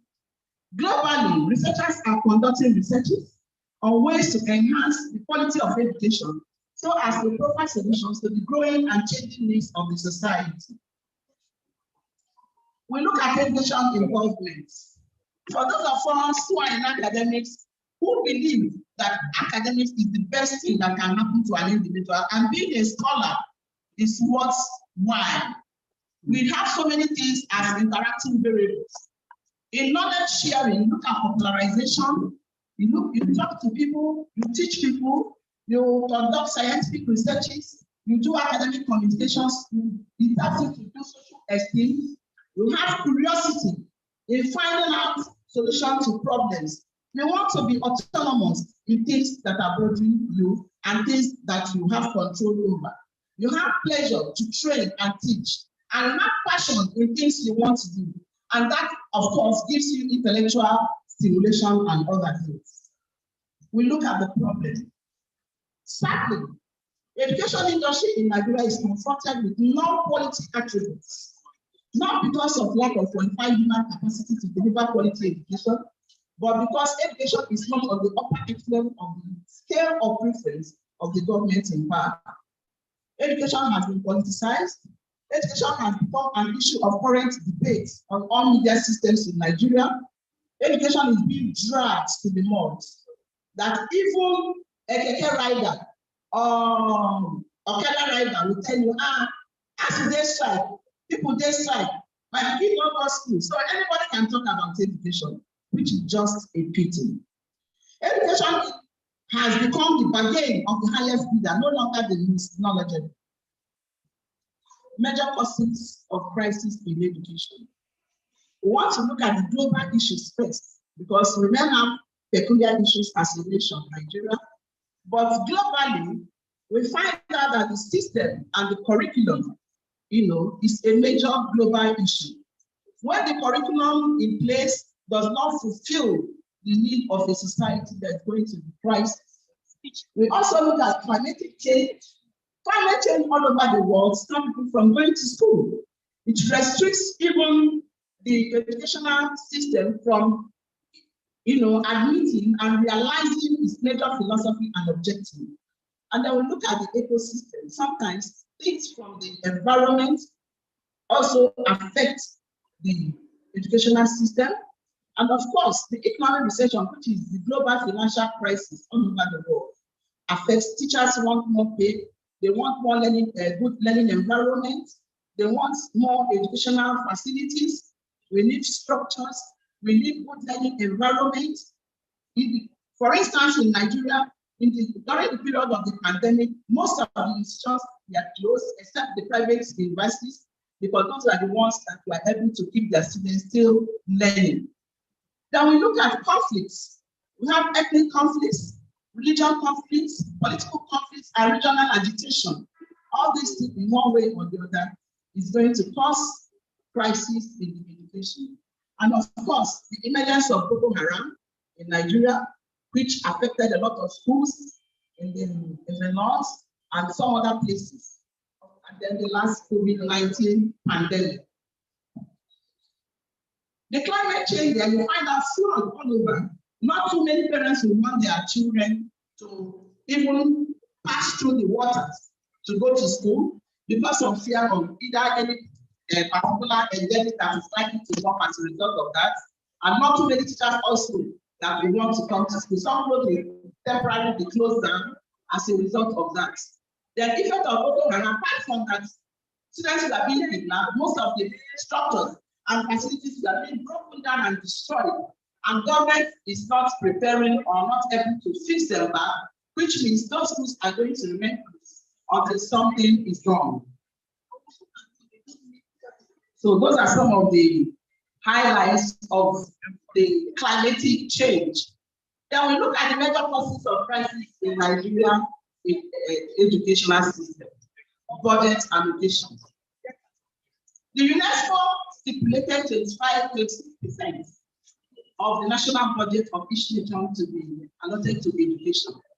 But the data we have, data analysis of the federal government of Nigeria budgetary allocation to education between 2015 and 2022, kept the federal government budgetary allocation to education at 5.39%, accounting for 923.79 billion out of the total budget of 17.13 trillion. So if education is to be recognized as significant and important, you shouldn't receive this mega percentage of the national budget. Then the report further revealed that 5.39% was a 50% reduction from the 10.79% allocated to education in 2015. It said the federal government's 2022 budgetary allocation to education is 5.39%, which is 923.79 billion out of total budgetary allowance of 17.13 trillion. This is being expended on personnel, overhead, and capital expenditure. Then, if you look at the graph, the allocation to education sector from 2015 to 2019 also shows that as it goes, there is a decline. There is no steady percentage for education in Nigeria, which is just too bad. If in 2015, 10.79% was allocated, in 2016, 7.9% allocated, in 2017, 6.13% allocated, in 2018, 7.14% allocated, in 2019, 7.1%. So you can see the haphazard downward and fluctuating nature with which Nigerian budgetary department, see education. And that is to say that most of the allocations they attribute to education, they don't even bother to go retract or evaluate the feedback from either the chief executives or the heads of parastatals or heads of educational system if money allocated in the previous year was able to meet the needs that were submitted. And you see why ASUP is on strike. I don't want to put it here because I'm an university staff, so that it doesn't become personal to me. So we are looking at national issues. You find out that since February 14, ASU, Academic Staff Union of Universities, have been on strike. And by the end of March, they stopped paying us. So we don't receive salary up to now. Our salary, was stopped by the federal government. On the agitation that we want revitalization funds to be sent to the universities, on the agitation that we want good learning environment for the children from public schools to be able to have access and participation in education. So the issue is still there, the strike is still on, salaries are still being withheld, but we are resilient. We are still there. At least I'm here as a professor and I'm delivering this keynote address. And I am not looking hungry. I'm not looking hungry. Professor Makare is not looking hungry. And we are still working. We are still working. So you can see that in the academia, we are resilient people. We are very, very resilient. So we can withstand the test of time, which means that the fight and the struggle is worth it. Because if it is not worth it, some of us will not be here today. So I'm still going to talk about other factors that may cause crisis in education in Nigeria. We look at poor quality teachers. Most teachers, okay, I start from the colleges of education. Here, we train teachers to be responsible to imparting knowledge to the pre-basic or lower basic, that is JSS class. But I want to ask a question now. Where do we train teachers that will facilitate the teaching learning process at the primary and pre-primary level? Can anybody answer that question? Where? Yes? SEE. College of Education. So your students go to primary school to go and teach now. Where do they do their teaching practice? Can somebody answer that one person, please? Where do we send at the College of Education level? Where do we send our students to go and do teaching practice? Yes, one person, please. Please, microphone, please.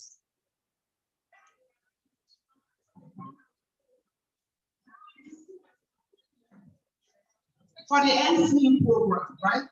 After their training, they are sent to from primary down to what we call it JSS3. That's where they teach. They go to secondary schools, fine, yeah, and primary. During teaching practice, they go to secondary school. Is that not so? At least I'm a member of College of Education. This is where I grew up. This is where I became a scholar. Everything I'm doing in the university, I learned it from here. It's just that I'm operating as a sophisticated function now. I went to the university because I wanted a higher research exploration. You understand? So there is a vacuum. If we send our students to secondary school to go and do teaching practice, now expect them when they graduate to go and teach in primary school.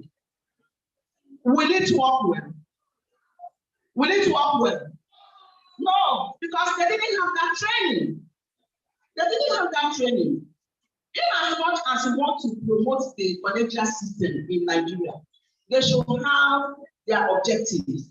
So the teachers training college that were scraped by the federal government was in error. Do you agree with me? It was in error. The teachers training college was not supposed to be scraped because their mandate is there. If you watch the children that were taught, you and I, in primary schools, the letters we used to write, even our handwriting, you cannot compare them with what you see now.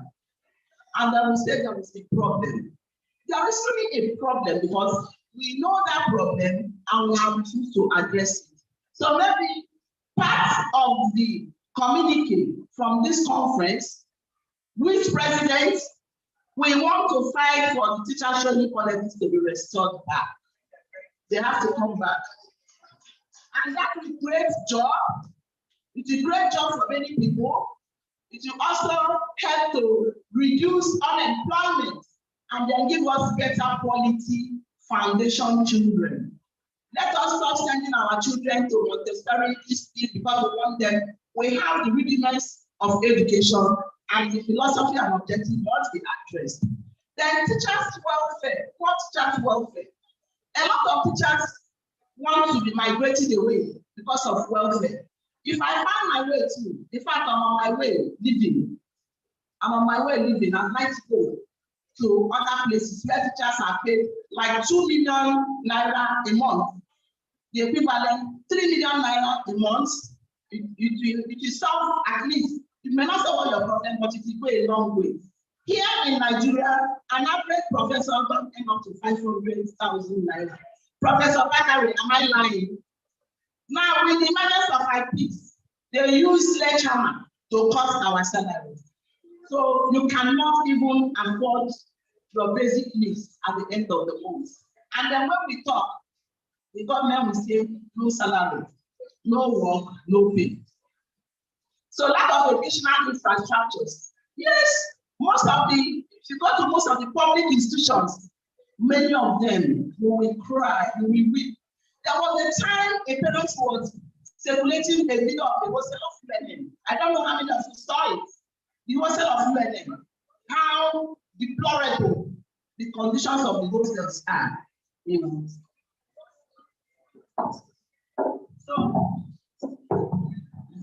So the conditions are so bad that one wish government could look into some of these facilities and at least put down a specific amount of money for chief executive as a revitalization fund.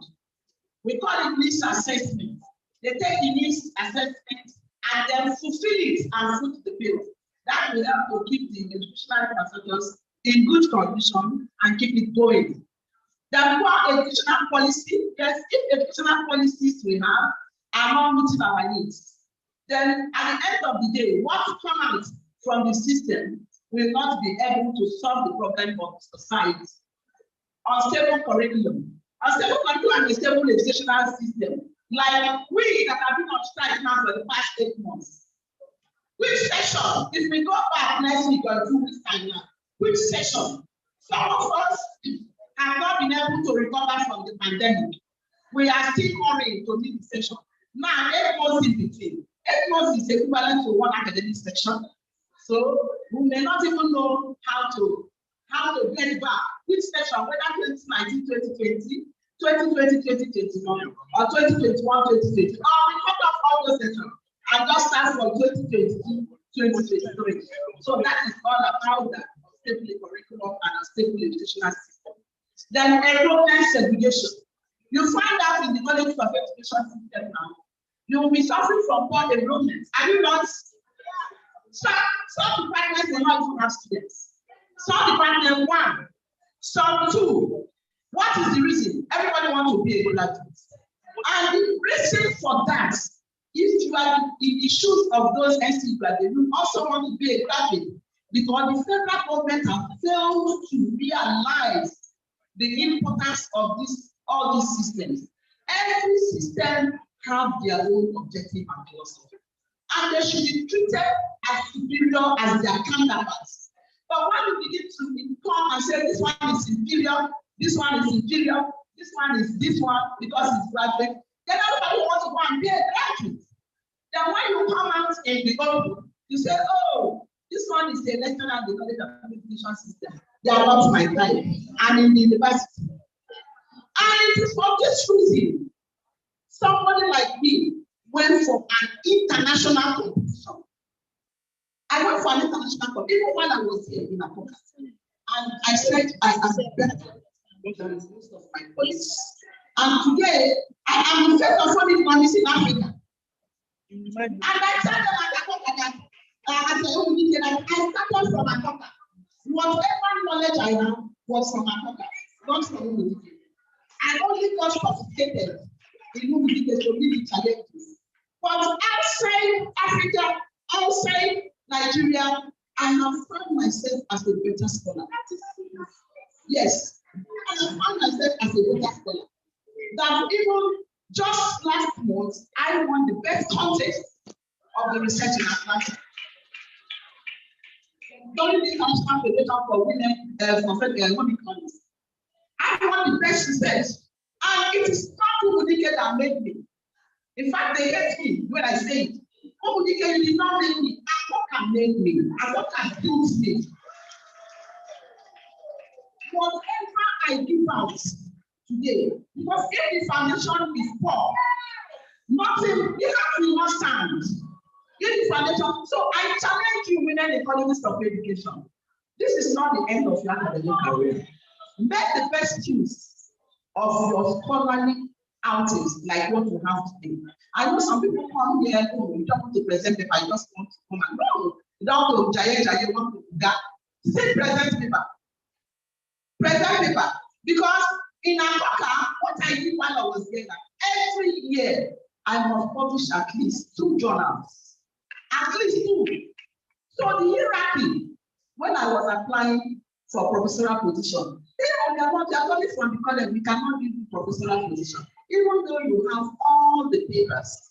By the time I was living in Africa, I had 67 publications. Out of which 31 were international publications. So they didn't have the choice. No, you did not say, oh, they will give you lecturer one. I said, I will not accept lecturer one. I have 2 letters of appointment for Unilag. I said, the least I can take is associate professor. I am qualified by competence, not by segregation. You understand? Not by segregation, by competence. I am qualified. I have taken my time to read. I've taken my time to conduct researches. I've taken my time to have international, relationship with my colleagues outside Nigeria.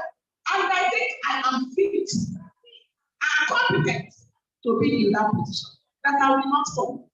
My friend Uche sent me another letter. I said, no, I will not come. I don't want to be looked down by my colleagues. And I refuse to be looked down by my colleagues. I'm a the word of the provost.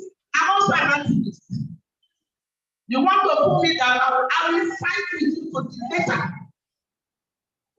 Not as, if you want to put me down as a woman, I am come from the same place you came out from. And so what's the difference? The same channel you passed to come out. What was the same channel I passed to come out? So why are you making me inferior? I cannot be taking serious. You understand? So you be challenged to say the same academic competitiveness in any way and always stand your ground. Don't allow anybody to pull you down. So that is on equal access to educational opportunities. We all have the same equal educational opportunities. Make use of it. And I want to tell you, the College of Education system is more friendly. Do you understand? You may not know it until you enter the university system. Professor Baka will attest to that. Politics of the academia is the worst politics. It is even more dangerous, more poisonous than the APC and PDP. I am telling you. Yes. Yes, politics of the academia. Because the next person sitting down to you, who is your friend and your colleague, will be the person punching you. And tell them, I know they carry class. Anywhere I go, I know they carry class. So that's the thing. So on preparedness of uncertainty, the Nigerian educational system, the Nigerian government, we are not prepared for uncertainty. We are not prepared. Many of you, as you're sitting down here now, all of you will have laptops. I'm very sure. How many of you use your laptop? How many? Not up to, if you take a population, a random sampling, not up to 10% of our women. Now we want to be equal access. But you want this for the man, help me to do it, help me to do this, help me to do that. So if you want to have equal access to educational opportunities, you must also provide equal participation in everything that you are doing. So that COVID-19 of preparedness of most of us, many of us, even in the universities, that we are not able to learn our students online. Even WhatsApp. Some people sitting down here now cannot respond to messages of WhatsApp, not to talk of email. They will tell you, they've not checked their email since last year, since last month. They don't have email address. That is very, very actually academic environment. So what knowledge you want to transfer to people? What knowledge you want to transfer to people? So you that want to transfer knowledge, you must be knowledgeable in those areas of knowledge you want to transfer, please. So we look at resilient strategies to ameliorating the crisis. Suggested here that government commitment to providing adequate financing for education is pertinent and it is apt. Government should be ready to finance education in Nigeria. The 26% of total budget that is recommended by UNESCO to the education sector should be implemented. Nigerians have more money. They have so much money. Those people in the hands of National Assembly, they command so much money. When they ask you to go and bring one money, it is one bundle. Go to that table and bring one money. They are referring to one bundle of 100,000. They waste money because they don't have the need of that money. Such money should be converted to funding and financing education in Nigeria. There is need for government to improve teachers' motivation. Teachers are not motivated. Many teachers that are still holding forth are motivated by internal looks of control. Oh, they love their job, they love teaching as a career, they still want to do it. So they are prepared from each side to remain on the job. But if you give them slightest opportunity, they want to run away from teaching. But I tell you, teaching is a very good job. As a teacher, you are a healthy human being. Because as you teach, you exercise every day, you interact every day, you get to know people on a daily basis, you get to exercise your nerves and your muscles, and you retain your quality as a human being. Your brain never goes standard, but you can say. So there is time. Then students' readiness and the growth of domestic technology and media business is act. Students must be ready. We no longer motivate our students. We no longer find joy in telling our students the importance of being a teacher. Because when you motivate students want to relate, they want to see you as a model. They want to see you as a real, they want a bottom. But some of us, like we're talking in Atlanta some few weeks back, we said, oh, home economics, we are very resilient. We are caregivers of every room. We want to remain models of people. If you want to remain models, do you possess the characteristics that people want to emulate? Those are the things you need to ask them. So we must get our students ready so fast and make them to be domestically involving in doing things. And then get them into media businesses, like what people are doing here now, so that they be able to transform the society. Then apprenticeship should be encouraged and separated from secular education. The mistake we are making in Nigeria is that we feel that people in technology, because they are in technology, apprenticeship, it does not matter. They are not in secular education. Everybody cannot be speaking grammar. We forgot that there are 3 domains that people may be gifted in different domains. Like if you are gifted in psychomotor, your hands will make money for you. Your hands will make money for you. It's only in Nigeria here that we restrict people in technology to be, this one, zero mechanic, zero electrician. But if your car is not working, you know that the mechanic is important. If you don't have light in your house, you begin to look for electrician. So why can't we respect technology and see that apprenticeship in those things are very important? Then the need for teachers, training colleges, and A-level should be revisited, if possible, bringing students to recover education. I'm going to be talking about post-traumatic stress disorder just in a few minutes before I go to summary. Post-traumatic stress disorder, we are going to have a workshop on it much later, so it will be treated in details. But I'm just going to give a preamble on post-traumatic stress disorder. We call it PTSD.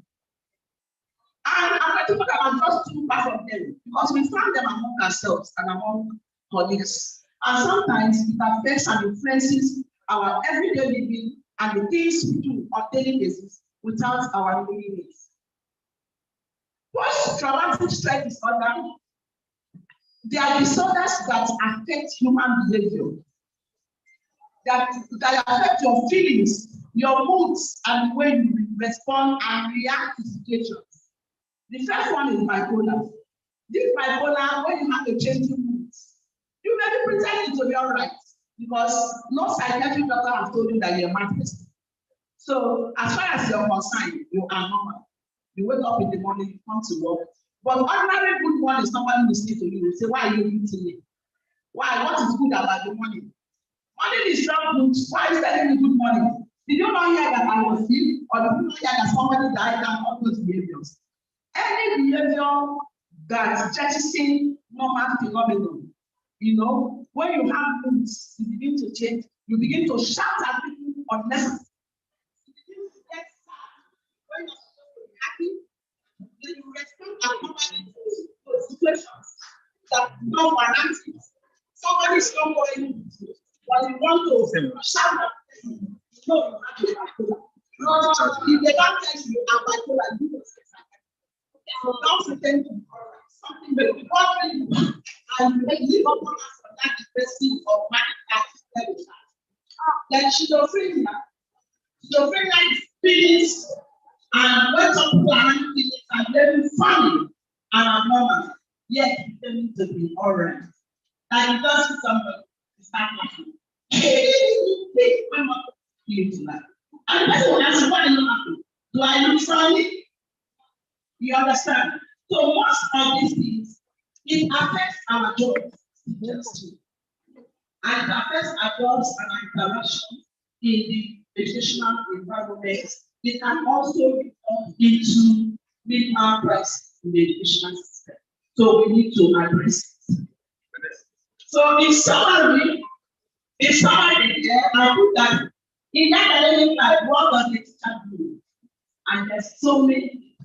When you're employed, they will tell you the primary assignment is teaching, research, and community service. Is that the only thing you're doing? Is that the only thing you're doing? Look at the 3 major things they will tell you when you are alone.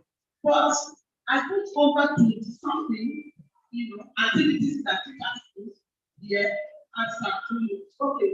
As presented by Susan Wanley, the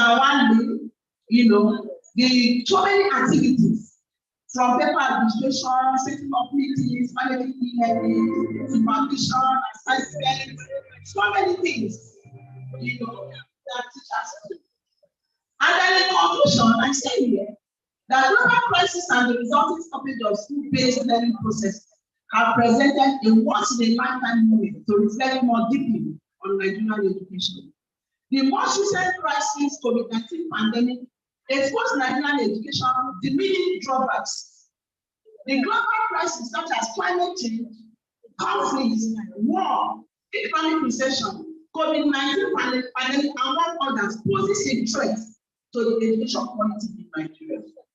The education system in Nigeria has been impoverished and burdened by several non-communicable diseases, including but not limited to insufficient teaching materials, non-conducive learning environment, poor quality teachers, poor research, funding, and among others.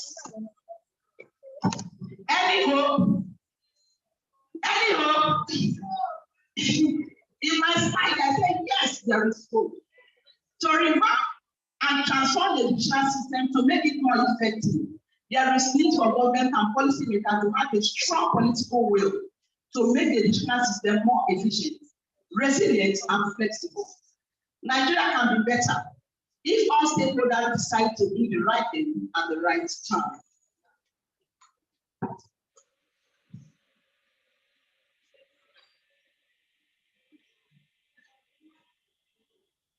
So that brings this keynote address to a happy end. And I thank you for listening to this presentation.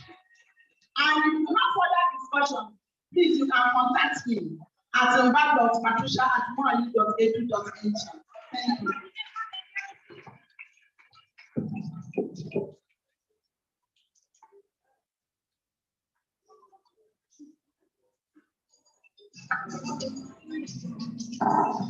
I thought you would clap. I've got a game, man. I thought you would clap. It is so easy to go a well-researched paper with facts. With facts. Thank you very, very much. In fact, if we don't do any other presentation, we are good to go. But in order to embellish what you came there for, you still stay honest. While the first thing paper is against ready, we want to quickly travel to the eastern part of the country as we call some of their beautiful ladies to show us that life is not all about working. Are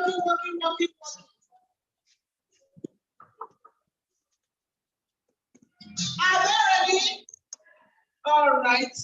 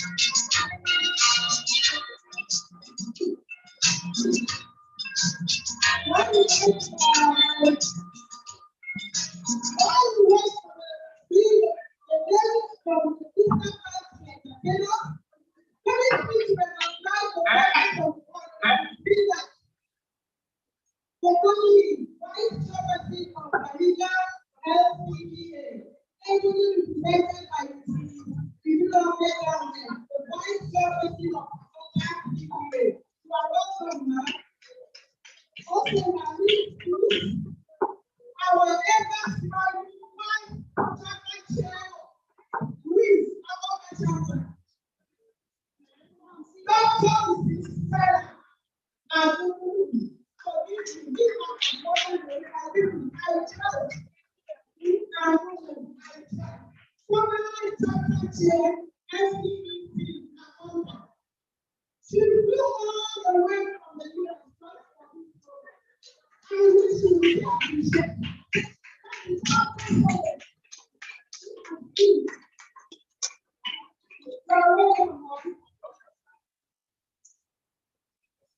Are you ready?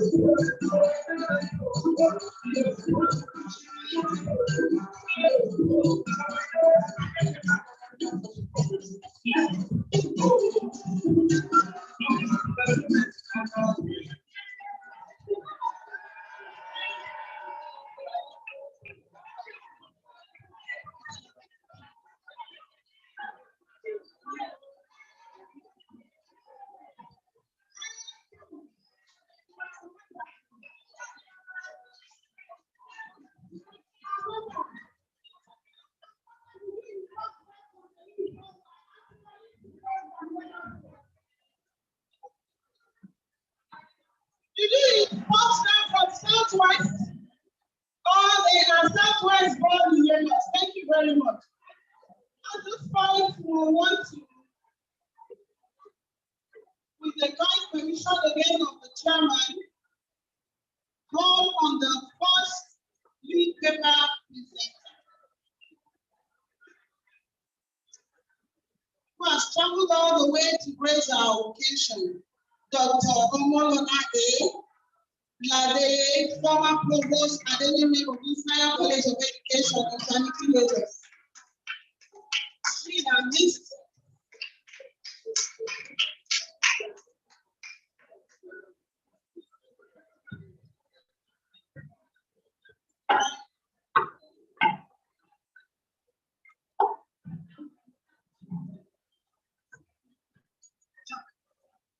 The chairman, Ma, provost of SP Akoka Technical and the entire management, my darling sister and provost, the national president of WICE, all other distinguished members of the high table, our royal fathers, and all other distinguished personnel.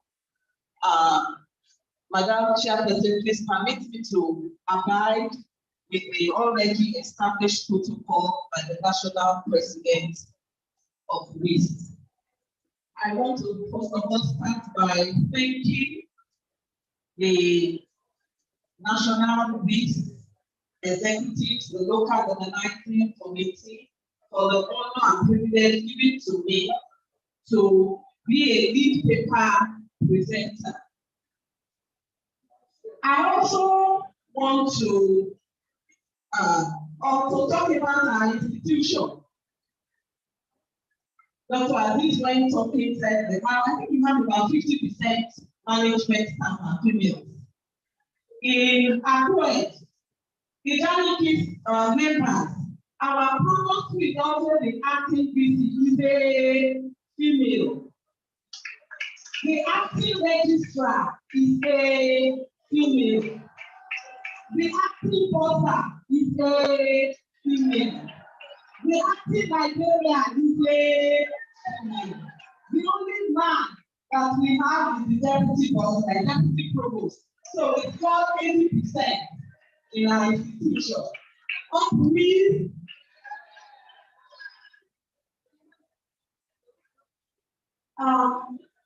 the topic which we are giving has to do with global crisis and the Nigerian education system.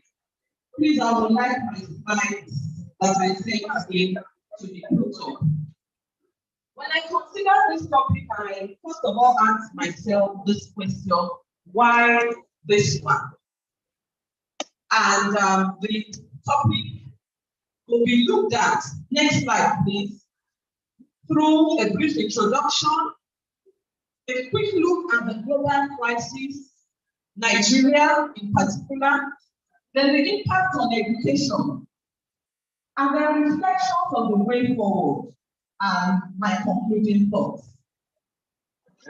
My dear sister and mom has already done a lot. She has already gone ahead and went the ground.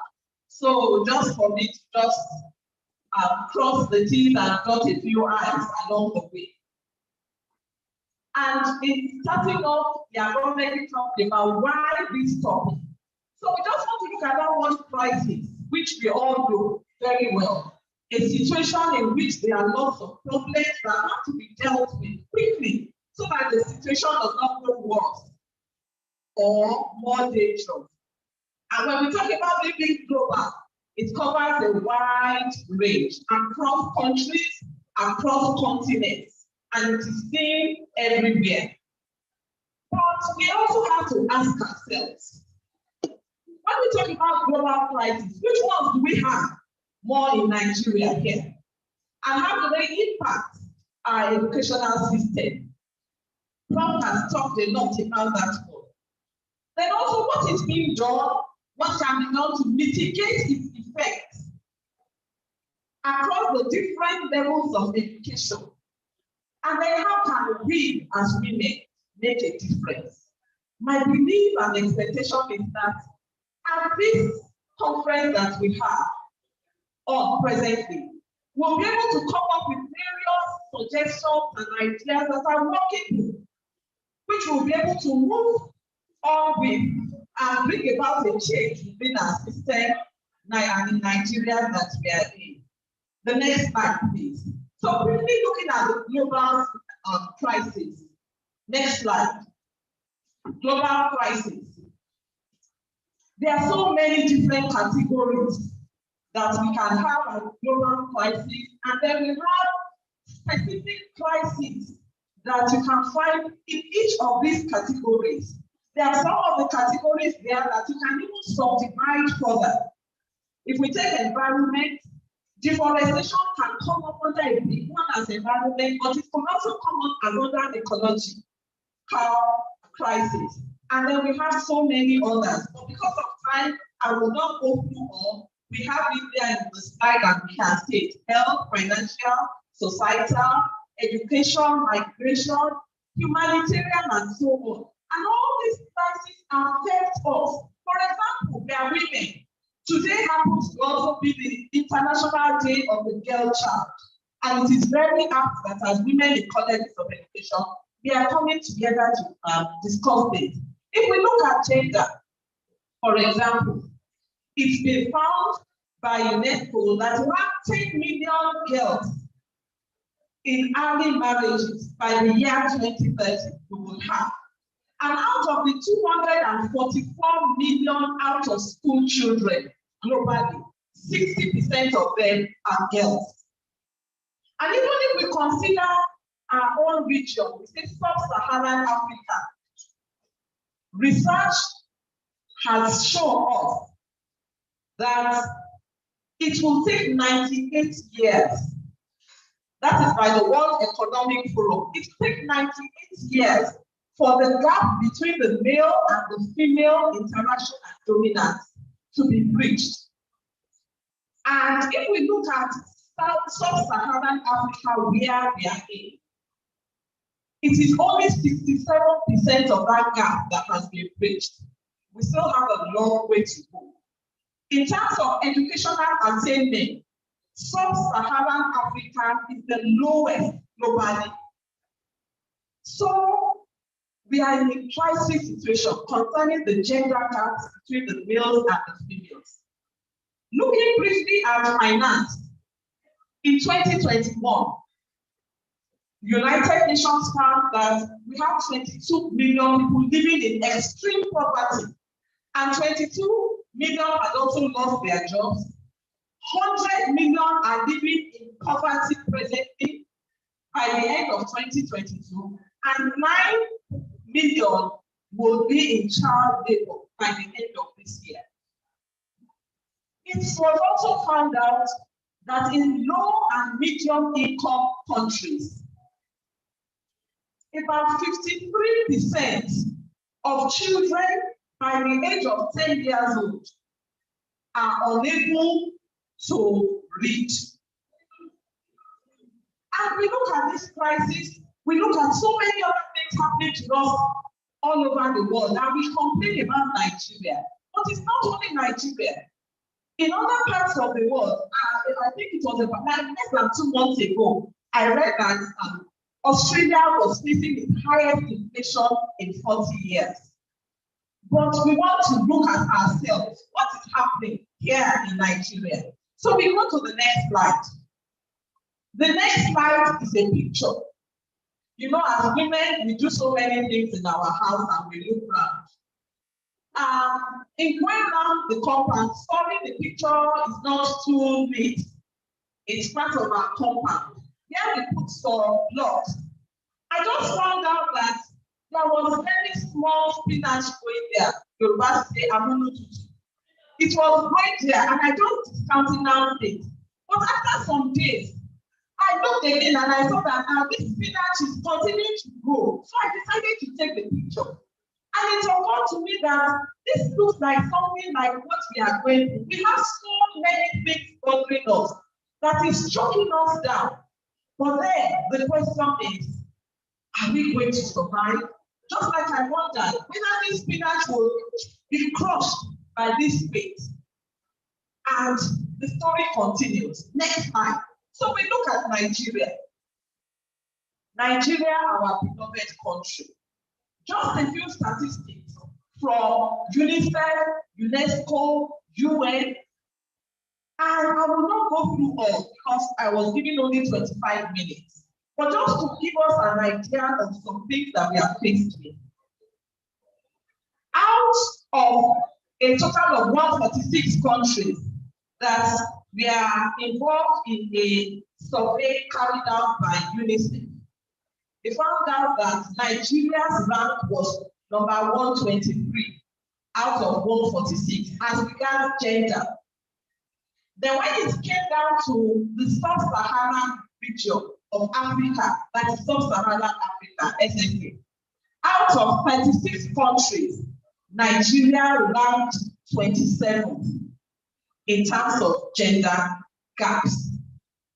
And it was also found out that in 2013, Nigeria was number 11 in terms of those with the highest child marriages.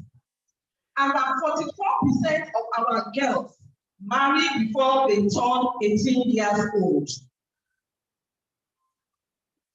But all is not lost because there was some positivity in it.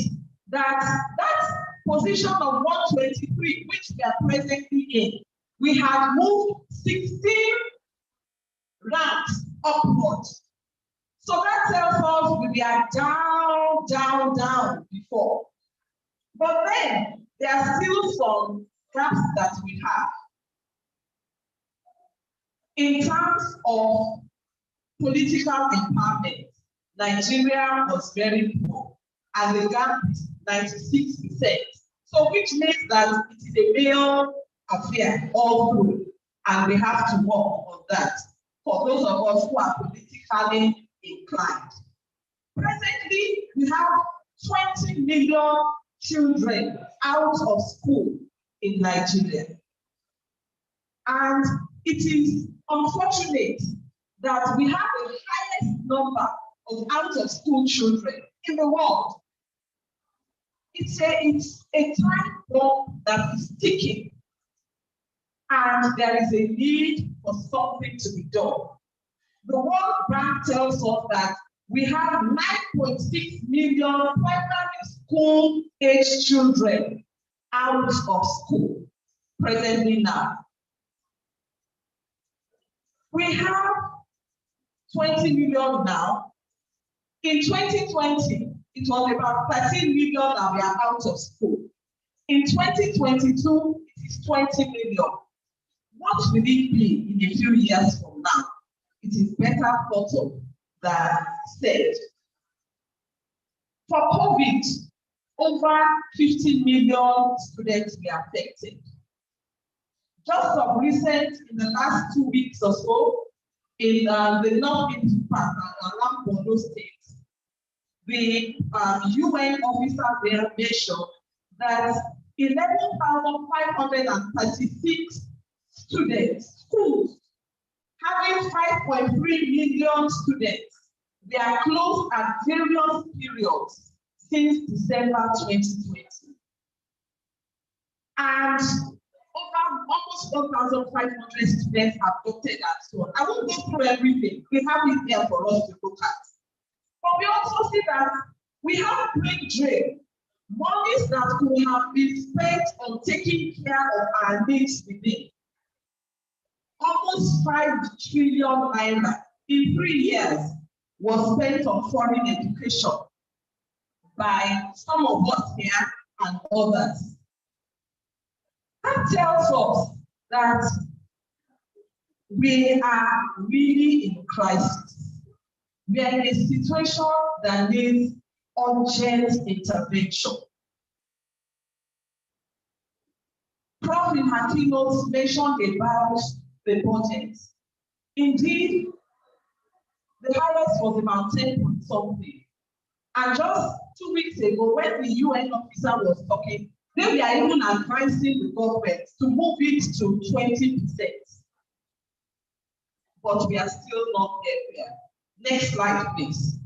Does this mean for education in Nigeria? Talking about gender, early marriages, fewer females in school, fewer females in positions of authority, fewer professionals, fewer mentors, more and more teenage pregnancies, more children with VVF, more of our girls having sexually gender-based violence being involved in it, higher illiteracy levels.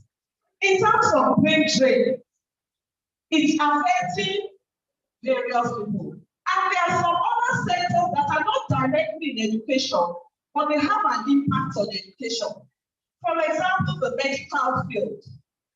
Just on Sunday, it was reported in the papers that about 200 doctors were licensed in UK. 200 Nigerian doctors were licensed in UK to practice medicine there. Their professional organization tells us that in the last 2 years, over 9,000 doctors have relocated, and over 500 consultants have relocated. When we talk about the nurses, their medical profession association tells us that annually they have about 6,000 nurses that are jackpying. And we have to think about this, because our children, when they become sick, they go to the sick bay, or we take them to the hospital, the health center. Where are the nurses that we attend to them? Where are the doctors? They are all gone. In 2018, it was 1 doctor to 4,400 patients. By 2019, it was 1 doctor to 8,000 plus patients. So which doctors we attend to our students? And it affects their health, it affects their performances in school. It also affects the teachers, because teachers too will become sick at one time or the other. And we need to visit for clinics. Apart from this, even lecturers are moving out in droves. Prof, when she was talking, she also said it. Many people are moving out in droves. They go there for study, for further studies, and they stay up and continue working there. So who will teach in our schools, who will teach in our higher in our universities, and so on. The few that are left, the workload becomes much, they become stressed out, productivity is reduced, teaching becomes exam centered. Let me just teach what I said in the examination. And so the students get less quality. It becomes so theoretical, because as a society, we are even focusing so much on certificates, forgetting that certificate is not everything. The change in weather, we've seen some signs of flooding. Some of the schools have even been told to IDP camps to take care of those who don't have places to go to. There was a while ago, I saw teachers swimming through water. The water high, it was in the papers, trying to get to their schools. When schools become flooded, they become abandoned. Students still can't go there, teachers can't go. Many teachers will not risk their lives in order to be able to take care of students one way or the other. And then the drought brings its own.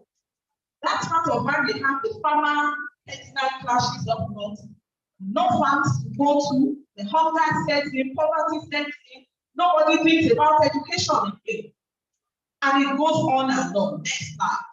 The insecurity we are all talking about, we all know the repercussions. Schools closed. Even people who want to send their children to school, we now think twice about it. And they prefer sitting at home. And for some, it has brought about mental health challenges, which we discussed about also earlier. Not to talk about COVID, which dealt a blow with so many passed on, health compromised, depression, even when we tried to get students to learn. It caused so much of a divide because many parents who did not have these smart devices, they are unable to do anything and their children suffered. So the implications of all of this are many. Though we are the highest number of out-of-school children, we will have more if education is not addressed.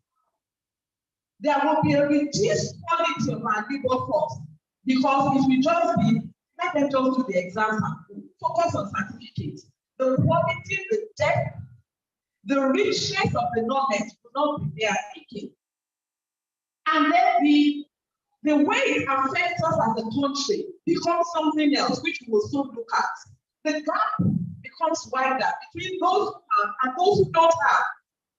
And at the end of the day, the goal, education for all, no child left behind, will not come to pass.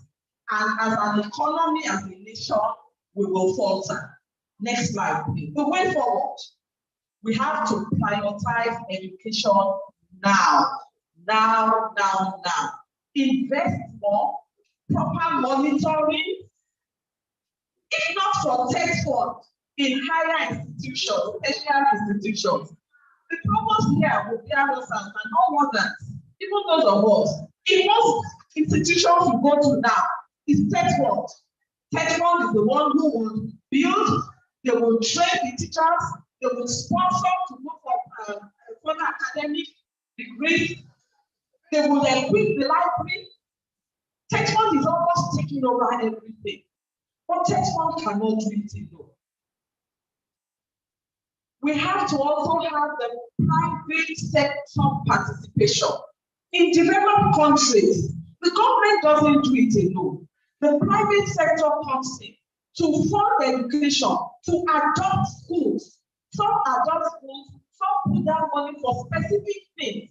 And it is that thing that we have to look for a way to make sure it comes to pass here in Nigeria. And we as WICE can also tap into this, either at the zonal levels or at the chapter levels. We can look for a public school that is close to us, the primary school that is there, and look for a way in which we can invest into the life of this school. We can adopt a school, no matter how little the investment we do or our church. It will be said once upon a time, there was this body WICE in this institution that came and did this, and did that, and did that. No amount is too small for us to do. So I leave us as a church to WICE chapters or the zonal level or the national level for us to look at how we can do and what we can do concerning that. Also, even as women, for those of us who still have young children, it is not that the federal government is not doing anything. If you visit the website for Federal Ministry of Education, you will see that there is a lot going on. Of recent, you have the Nigerian Learning Passport. It's a digital platform, and there are different lessons that are there across primary school, across secondary school, different topics that are there. All we have to do is log on to it, sign in, have an account, and we have access to this to use to help ourselves, help our children, and also help others. There's also another platform, Inspire, that is very good and works out. I will pray by intelligence, we should not try and take it out. As women, what can we do? Number one is that we should model what we say. The issue of values has been thrown away in Nigeria. Many of us will agree that what we see happening among our young ones today is not what we knew before. And if we allow it to continue like this, it will not end up well. So we have a role to play as women, just as has been said, not only in the house, but also in our various institutions where we find ourselves. Even though it's not teaching, it's not research, it's a form of community service to those around us. Let us help these girls. Not only the girls, even the boys. Because the boy that will beat tomorrow will have, or the man that will beat his wife tomorrow will have started this in the house when he was a boy and he was not connected. So we have to correct our children, whether male or female, and instill values in them that will help them not to cheat, not to be involved in substance abuse, and to be able to stand their ground wherever they find themselves and to become employable by developing soft skills which are useful for tomorrow. Increase in the number of female participation across all levels is also very important. Next slide, please. As I round up, I came across these quotes when I was looking through the World Economic Forum, and there are quotes for us to reflect upon, to let us know that education is what will make or mark a nation. Its productivity is development. Just as we say that no nation can rise above the quality of its teachers. The first one is a generation without education is one without the ability to build inclusive, sustainable societies. A single $1 investment in a child's education yields as much as $5 in return over a lifetime. Then when it comes to economic development, the educational level of a nation's workforce is a fundamental driver in adopting and applying existing technologies, in pushing the technological frontier, and ultimately in aggregate economic growth. The summary is that if Nigeria is going to compete with the developed countries, the students we are producing now have to up their game. Their knowledge and their being digital savvy, knowledge of use of the internet, use of social media and everything should be channeled to helping the nation grow. And we must also ensure that we as their mothers are not left behind, but we make sure that we do our own bit so that the tomorrow will be better. And we will not have children that are unemployable, which is what most employers say, that this person, there is nothing he can do. Because the skills they need, they don't have it. Skills like team spirit, problem solving, being able to be creative, they are very important soft skills that are needed. Next slide. The future. You remember that spinach?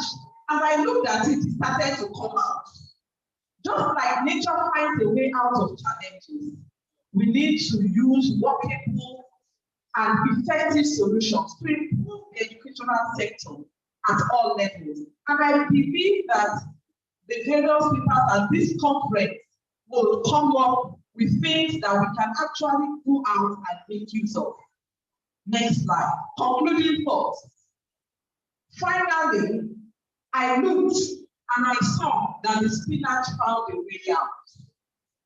Out of that cluster where it was, on its own, it found a way out and it started to bloom. And that tells you something, that there's hope for tomorrow. There's hope for the future. If God has blessed us as innate problem solvers, Our husbands come to us. What shall we do? How will we do this thing? The children come. And God has given us that wisdom to find a way out. So also we as women, we must bring this to bear wherever we find ourselves, instead of being contributors to the problem. Like I learned not long ago that there is something like Association of Yahoo Mothers. I don't know how true it is. I want to believe it is not true. Because if it is true, then as women, we have a lot on our hands. I sincerely want to believe it is not true. But that's a deviation. But for us as women, I know that we can.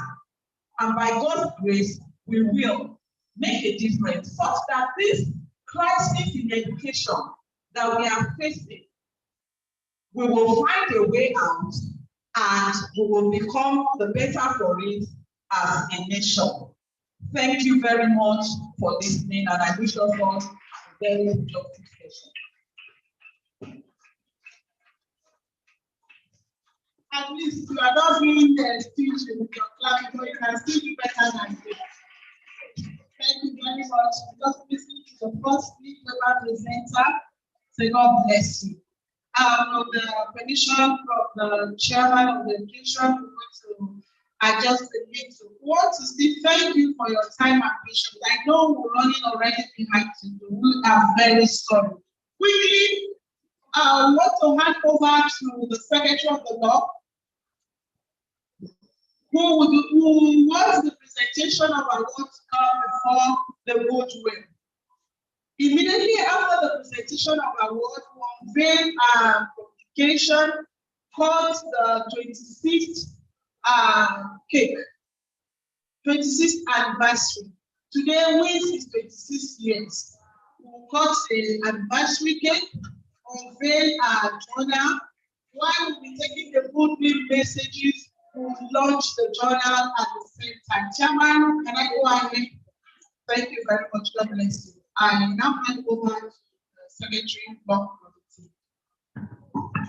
Thank you very much, my National Secretary.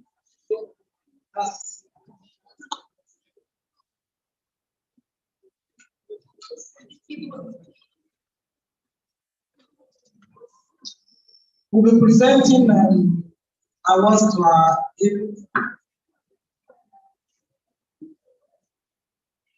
We'll be presenting awards to our beautiful and supportive awardees now. And we'll be starting with our college provost, Dr. Wahab Ademola Aziz. Please, can you please come? Then I also have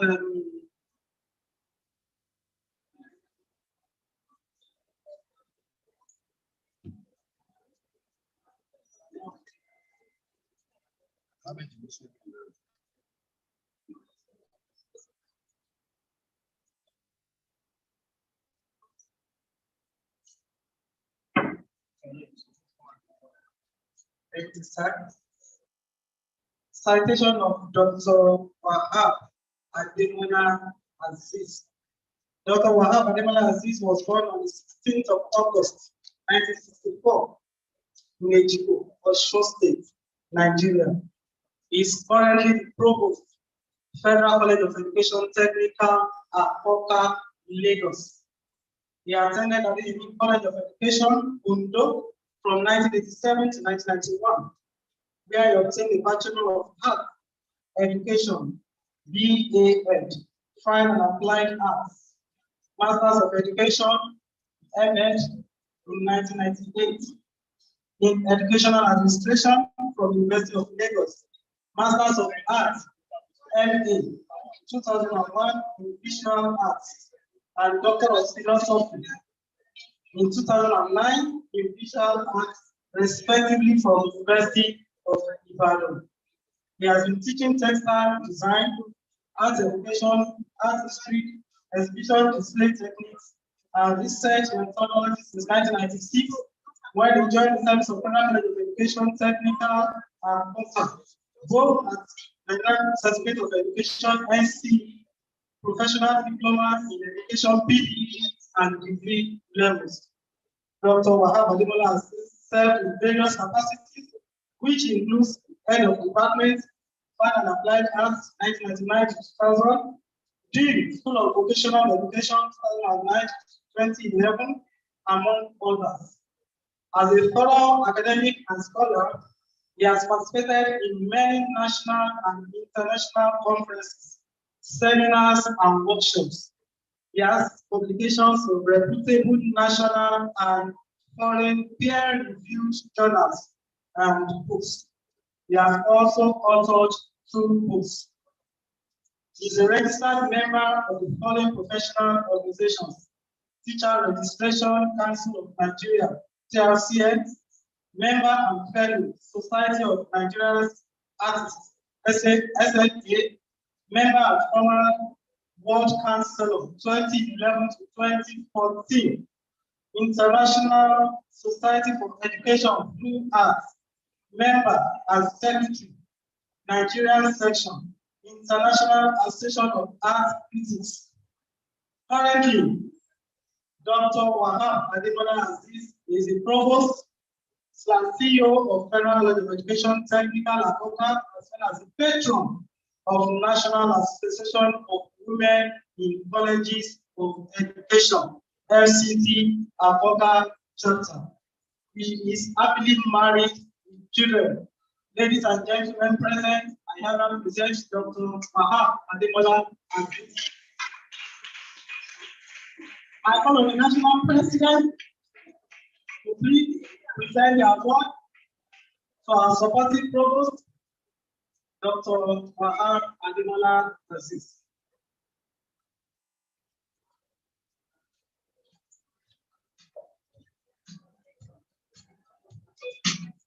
In recognition of your leadership and excellence, we present this award to you. Thank you very much. Please, can we have fellow FCT Akoka to please join in the presentation of our award? Fellows from FCT Akoka, please can we join in the presentation of the award? Fellows FCT Akoka.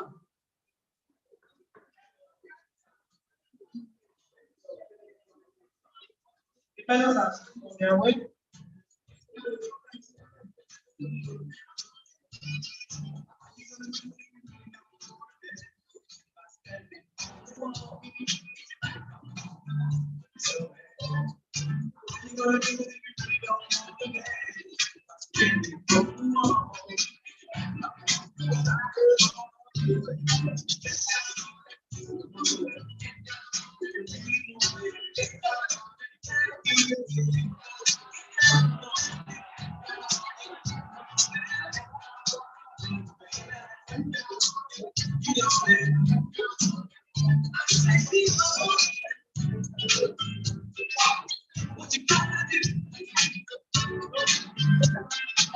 You gotta get on the move.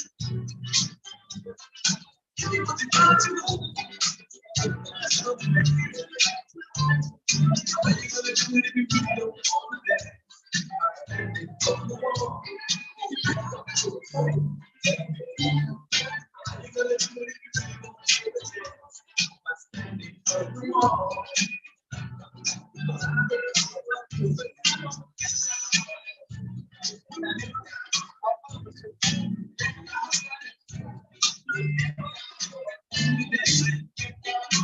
Thank you very much, DJ. So please, I would like to have Engineer Olu Aladdin here.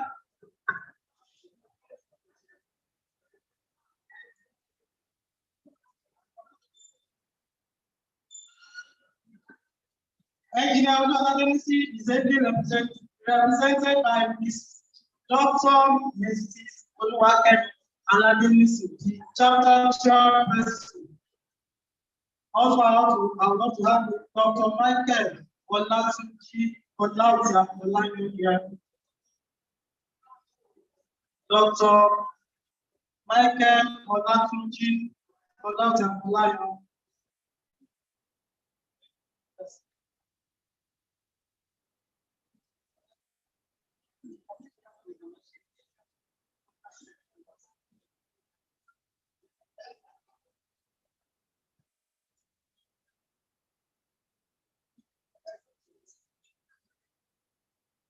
Chief Olori Oluwamayo Osede Agbede, ably represented by Cecilia Molabi.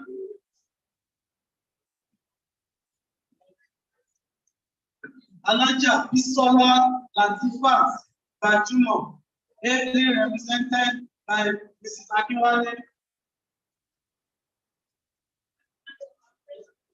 Mrs. Afe Sullivan, Mrs. Afe.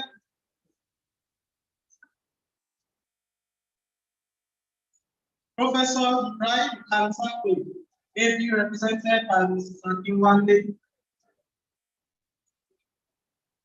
I would like to. Our chairman, ma'am, please, we need you to do the presentation of our awards. Now, for people here, my keynotes, address speaker, the list paper presenter, one man.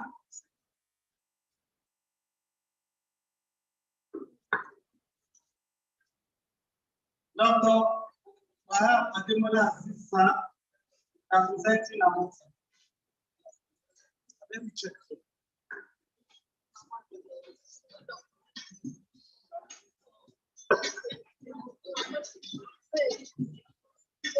And there were these.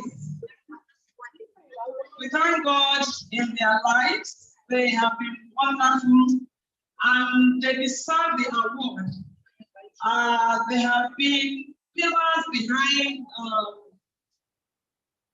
our Coca Chapters program. And this one, too, they contributed in no small measure. It is because of time we can continue to read their profile, but they have mentioned all their names. And if you are looking at the screen, you can see that their profile is being projected. We appreciate you immensely on behalf of our National Women in Colleges of Education, Nigeria, on this 26th annual national conference. We appreciate you all. And what you have done is not for Akoka alone. It's also towards national development. We appreciate you. We pray that the good Lord will continue to bless you. Thank you very much. So we start from those.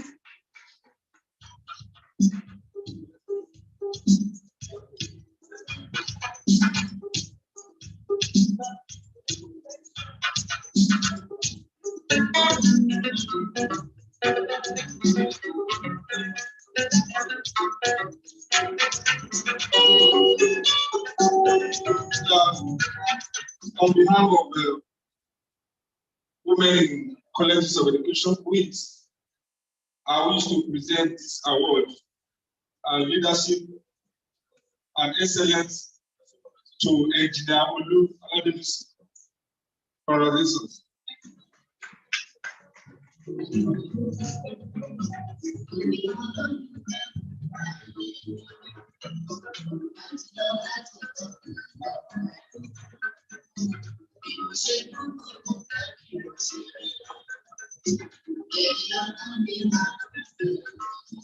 This is for Elijah Bisola Bajumo. On behalf of WICE, Akoka chapter, I present this award for leadership and excellence to Elijah Bisola Bajumo. Congratulations.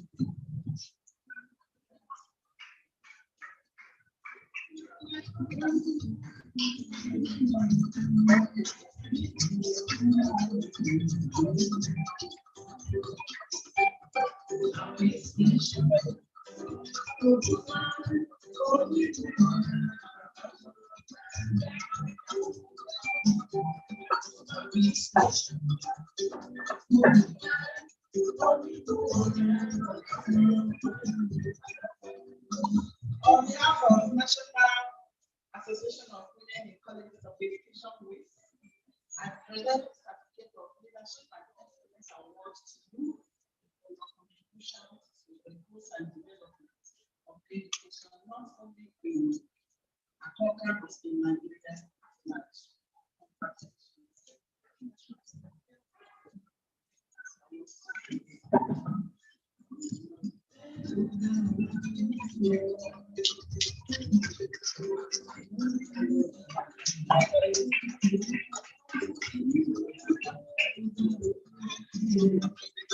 This award is for Chief Mrs. Ayo.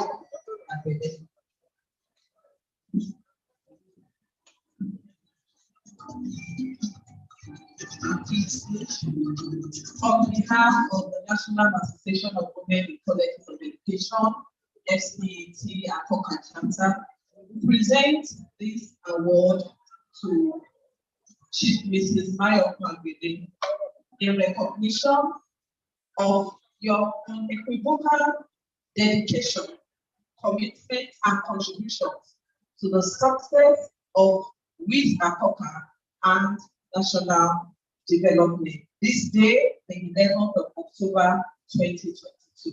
Congratulations.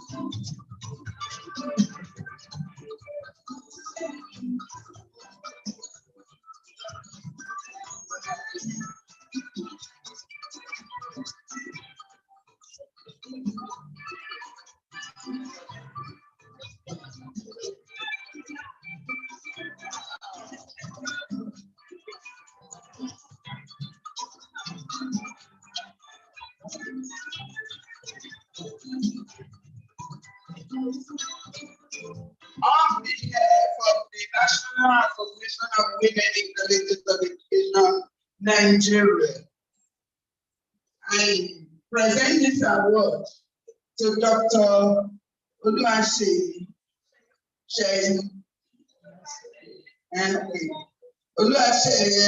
Yomi Solori in recognition of your unequivocal dedication, commitment, and contribution to the success of WICE Akoka and national development.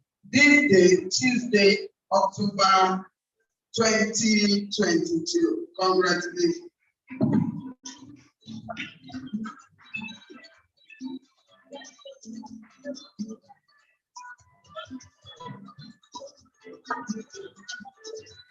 Thank you very much. My name is Alexander Robert. I'm standing in for our Nigerian mother, Dr. Oluwaseyi Yomi, founder and the president of Dr. Yomi Foundation. We apologize, she's currently not here at the moment due to important business that she's not, that is unexpected, she has to attend to. But I assure you she will be here before the end of the session. And our words to this great organization is, I sincerely appreciate the efforts of the National Association of the Women in Colleges of Education and the struggle to improve our society, mostly in lack of women. And I use this medium to encourage other workers to do more by God's grace. Once again, thank you.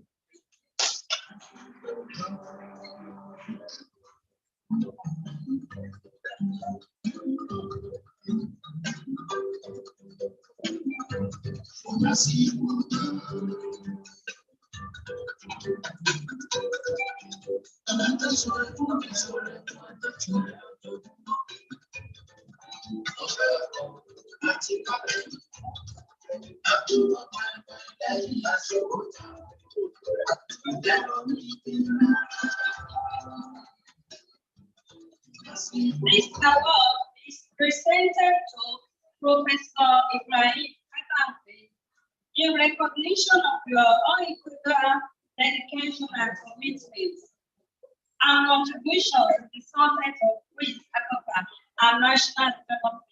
Thank you very much. Thank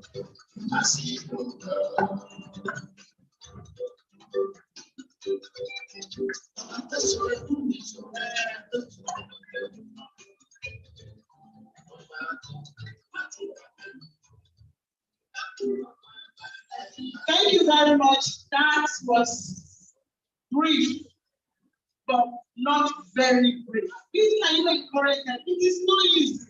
I am looking forward to a day that women like this and the society will recognize me too. And I pray that God will give me the resources to also contribute to humanity. So that I can stand and also be recognized. Clap for them and aspire to be one of them like I have just done. At least, like I said earlier, we have collapsed and shifted some things. And I hand over to the national editor, in person of Dr. Lucy Akakama, who will be briefly giving us a brief of the journals. I want us to listen, please.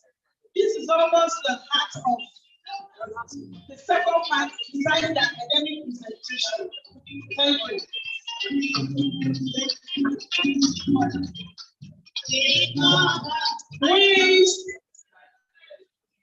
WICE.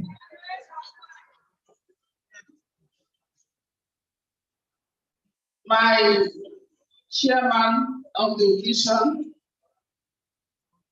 I wish to stand on the already established protocol.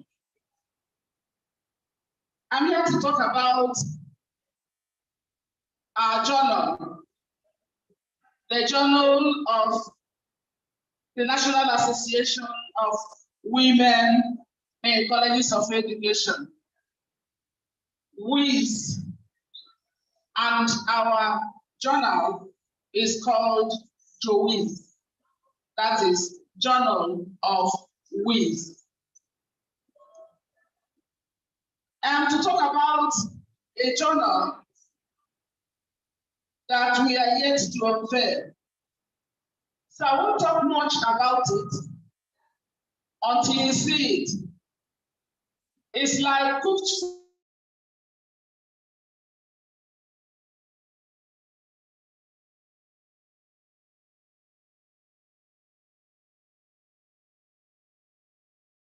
food that you need for you to taste. This is a journal that houses the thoughts of women and men, the ones we call MICE, men in colleges of education. We call them MICE because some of them, a lot of them have written in our journals, and this won't be an exception. You will see them there.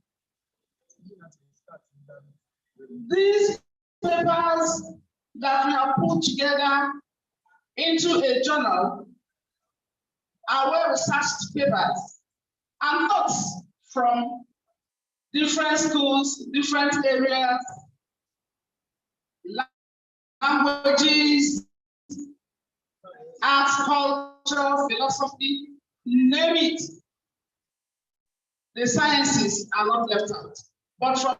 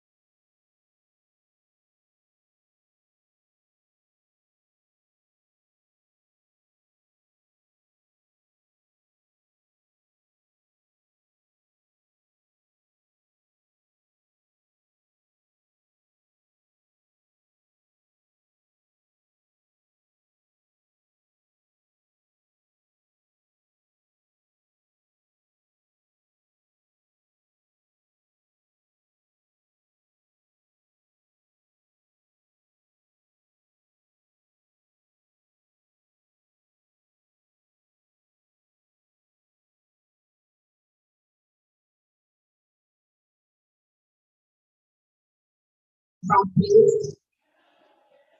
I call on my provost and my president, Dr. Tessie Okoli, to please join in unveiling this journal. I also call all the past presidents. You know, you have the immediate past, the past, the past participle, and the emeritus. Once again, please, the president, and we're not forgetting the chairman of the occasion. And I was asked to call Mr. Danladi, the national president of Spain, who is here with us, to please, and the COASU chairman, national president of COASU, Dr. Smart, please join us. Thank you very much. Please, sir. You stay there and unveil it. Maybe at the count of 3. At the count of 3. Or should we spell WICE? We can spell Jowice.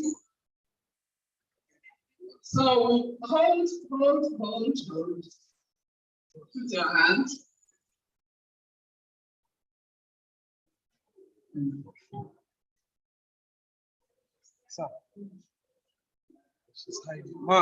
The chairman of the occasion, please, ma'am. I'm not seeing her. Please. Ma'am, please come this side. I'm not seeing you.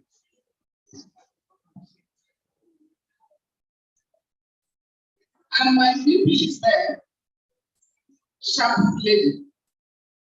So we say J O W I C E Jowice. Thank you.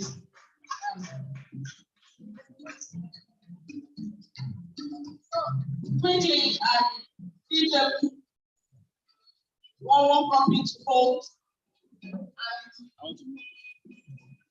and show us what they unveiled.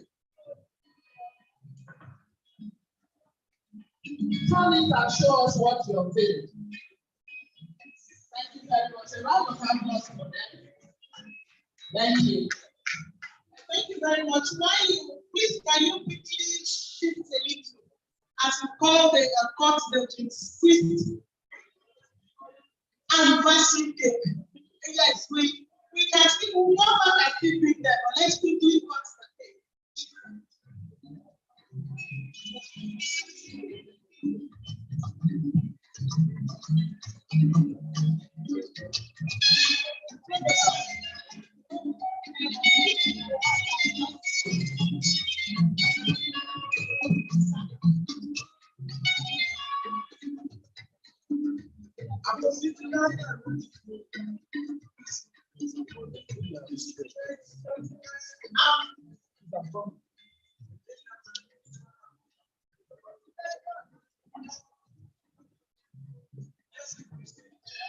Are we ready?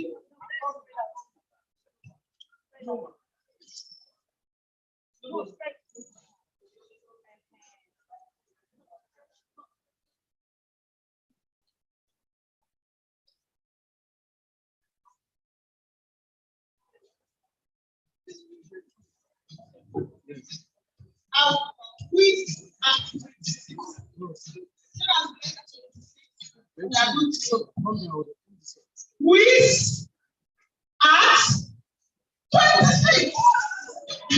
I got to clap for them. And it's very WICE. And before we make our speech ready, we can now begin to make our donation. And for the union, national Thank you very much.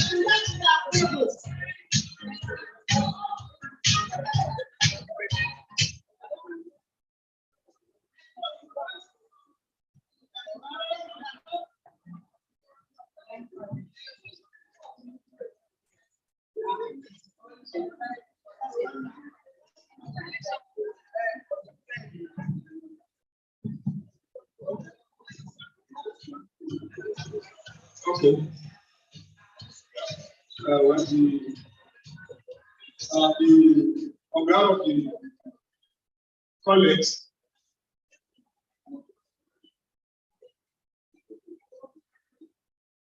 we launched this journal of Association of Women in College of Education, WICE. The college we launched at the rate of I'm told that the cover price is 2,500, but the college we launched at the rate of 5,000 naira per copy, and they will take 10 copies. Later, we now still launch, but for now, let's say 10 at 5,000 naira per copy. Thank you.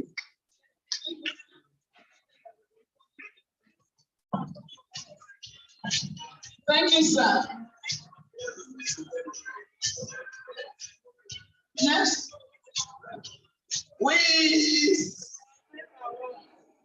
on behalf of the management of Federal College of Education Technical Women, I gave them with invitation card. So when I was coming, I told them they need to support WICE. They need to launch our journal for us. So we are going to take for the library of the college 10 copies with 100,000 naira. Thank you very much. We know the council chair is here, national president is here. Please, could you please launch on behalf of COASI? Launch on behalf of COASI. Superintendent should be getting ready. Thank you as you give your goodwill messages. Thank you. The chairman of this occasion, the president of WICE, Dr. Tessie Okoli, our distinguished provost and the host of this event, and his lovely wife, the lead paper presenter, the keynote presenters, my Chile president of SUPEM, Mr. Daladi, our distinguished awardees, members of the executive of WICE, distinguished members of this great association and great Nigerian workers. On behalf of COASI, first, I want to launch this journal on behalf of the union before I give the good message. Because this is about scholarship and is about what we stand for as academics. We launched 5 copies of the journal with 100,000 naira. On behalf of our great union, the president and the entire members of this great association on this historic occasion of the 26th conference. This association is 26 years old and is also having its 26th national conference.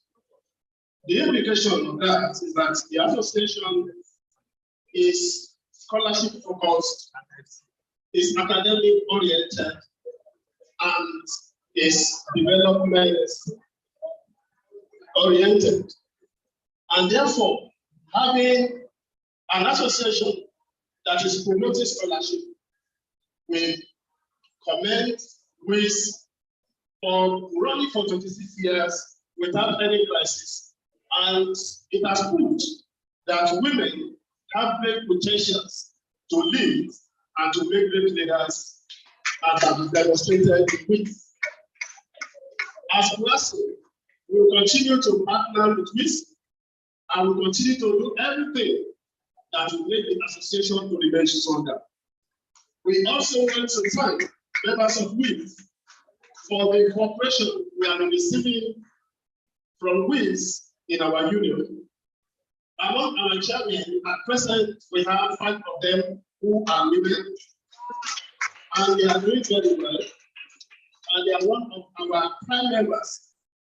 And among our treasurers, we have 46 of them who are women. And it's as a result of the confidence we have in women to be able to manage our resources prudently. And that is why we have been able to have union that is well managed when it comes to financial resources. And that is to the power of women who are in our union. We want to say thank you. We also want to appreciate you for what you have done, your cooperation during the last strike we had, the 8-month strike.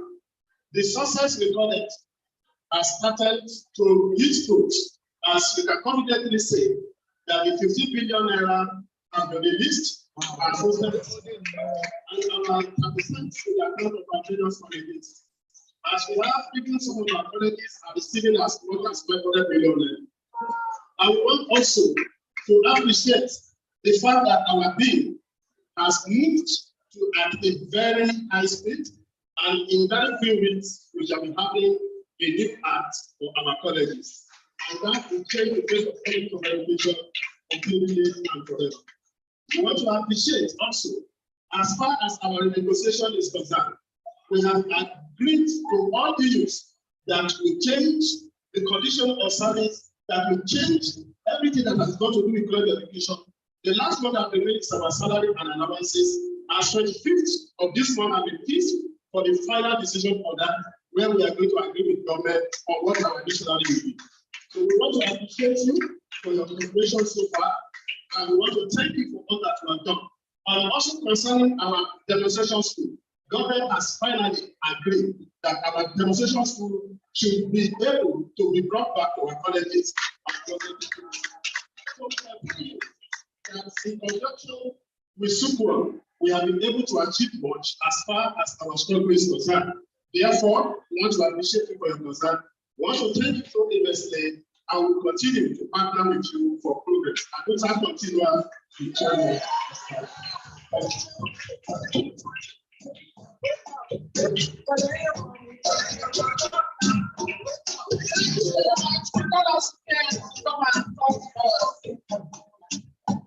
Very much.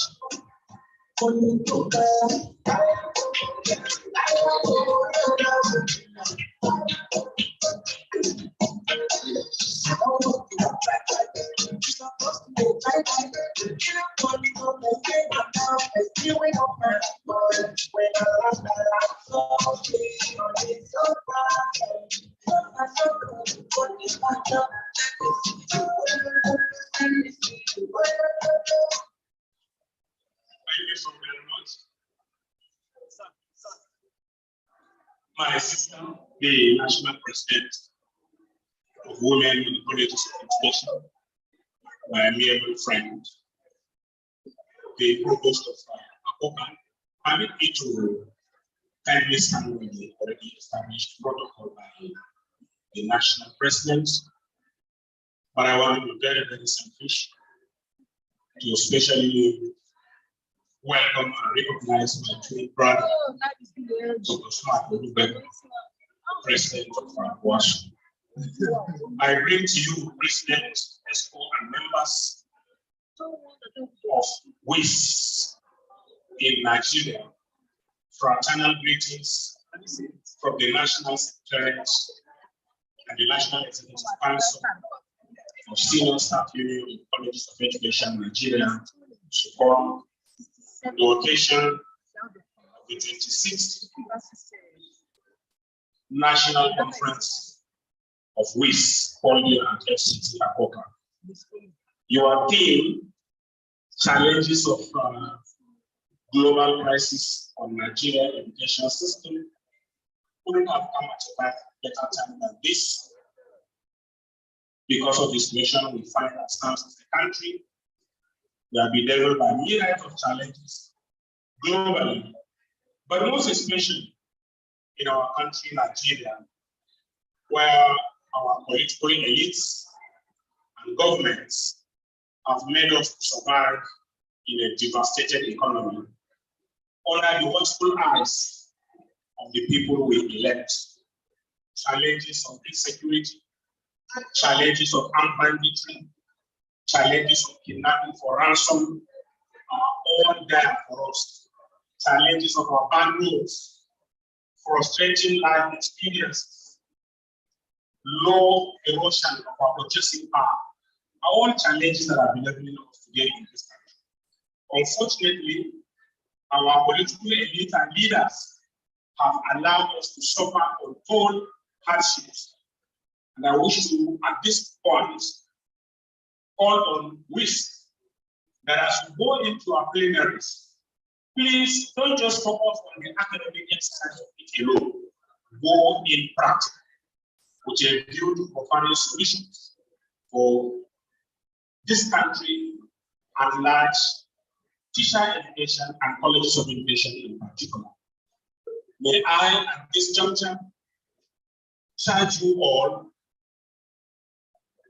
to be responsible, charge you all to be conscious of the period we are in.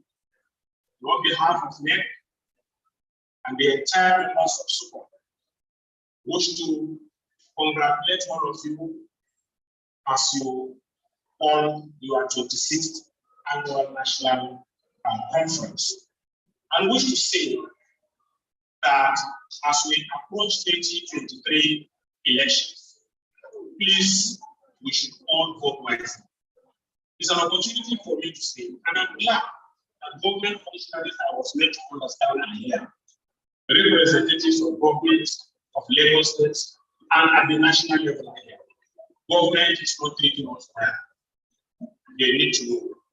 And we wish to inform you that we will do the needful with a view to ensuring that our sector is giving the best of what we require for. Our children cannot continue to be at home while children are at school. We need to do the needful. They keep telling us they are using 400 billion for trader money cash. Let them publish the beneficiaries. They keep to tell us that they have spent 200 billion on school feeding. Let them publish these colleges, the school, sorry, and the beneficiaries.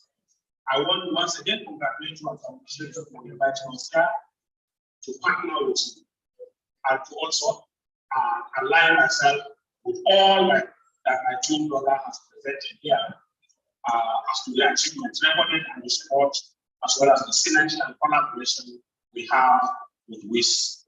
At this level, I wish to, on behalf of NEC and the members of SUCOM across the country, wish to launch the journal with the sum of 80,000 naira. We are going to pick 4 copies. Each copy will go at 20,000 naira. Thank you so much. Thank you very much. Thank you. Thank you very much. Nasu is here. Nasu is here. And I know that the national treasurer of Nasu is here. I'm sure she brought their check to this place. Please, we call on Nasu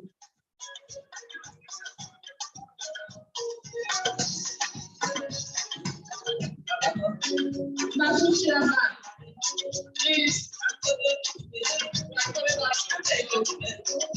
come and launch our journal for us.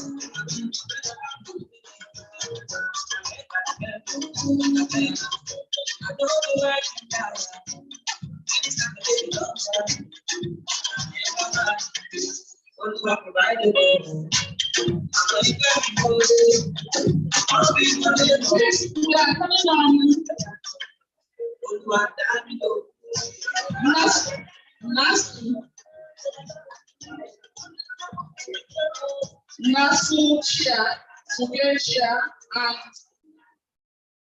Coasu Chair of our host institution.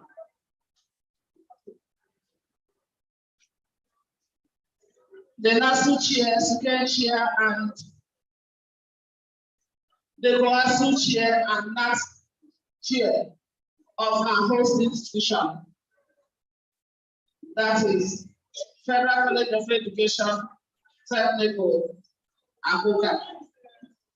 We wait on you, and time is not on our side.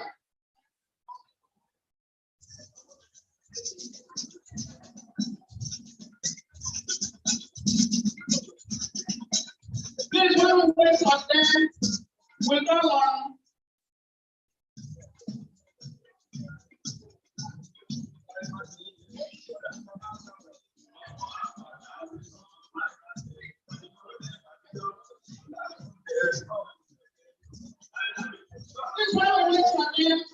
We call on our fees to please launch the journal for us.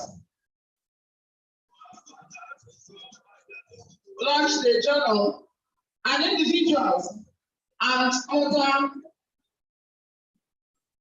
colleges of education and zones. Please, we are calling on the zones, North Central, East, Northwest, and individuals. Yes, sir. Thank you. My name is Comrade Anadi Ali Saliza. I want to personally launch the journal for the sum of 50,000 naira. Thank you, sir. 50,000 naira. 50,000 naira. Please, the others we have called. We are waiting for you to come and launch. And we are waiting for zones and chapters and individuals. Please, we are giving the next 5 minutes and we'll conclude this. We are giving the next 5 minutes and we'll conclude this. Our needs, we are asking that you launch the journals for us. Thank you very much as you do so. Thank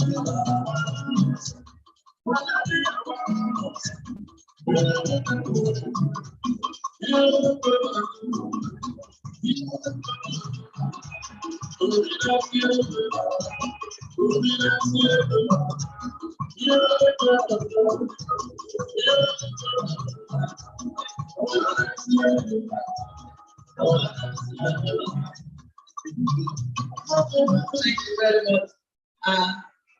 From the provost of Technical Education in Durham, Professor Jimon Akoladu, we are launching on his behalf the journal of 10,000 naira.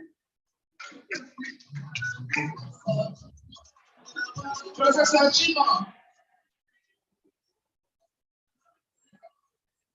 Professor Jimon has launched for 10,000 naira. One copy. We're waiting for others and praying.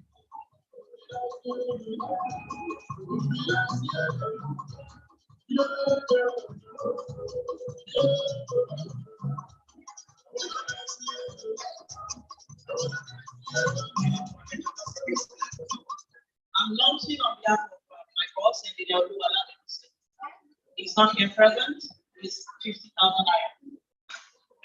Thank you very much. Please, could you please give your details to me? Okay.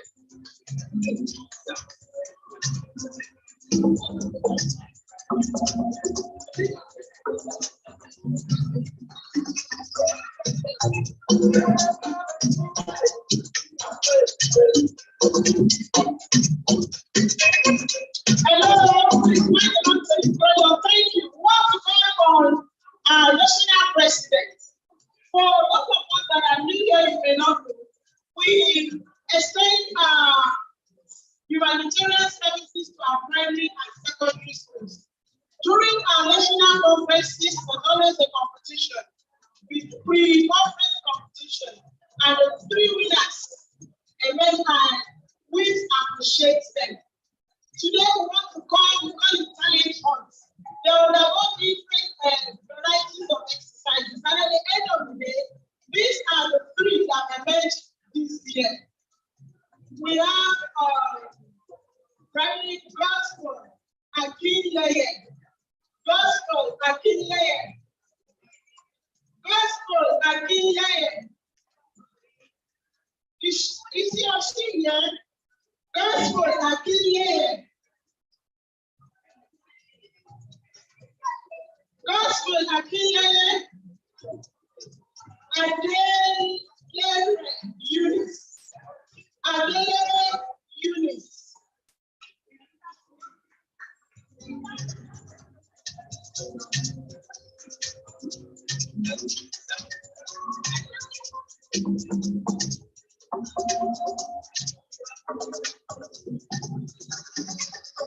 Gospel, Akinleye.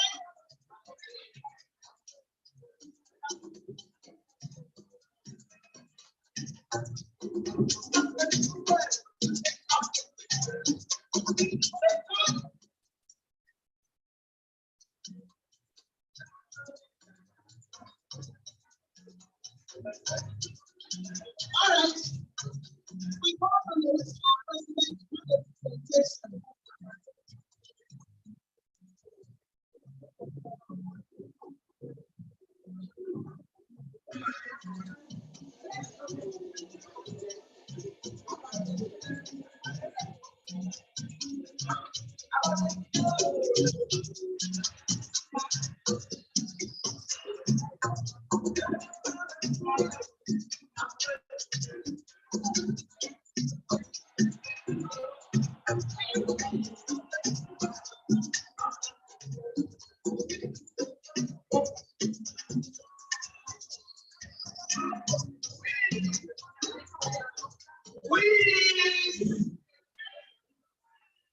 Like you have heard, as part of our touching them young, we do what we call talent hunts. And it's a kind of competition, and they have been doing it from one level to the other. It happened that the winners are before us.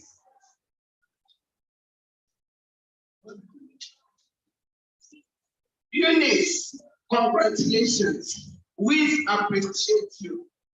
Keep it up. You are going to grow into a powerful lady. Congratulations.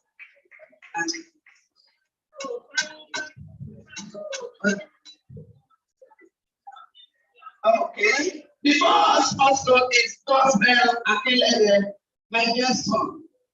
The sky is your starting point. Congratulations.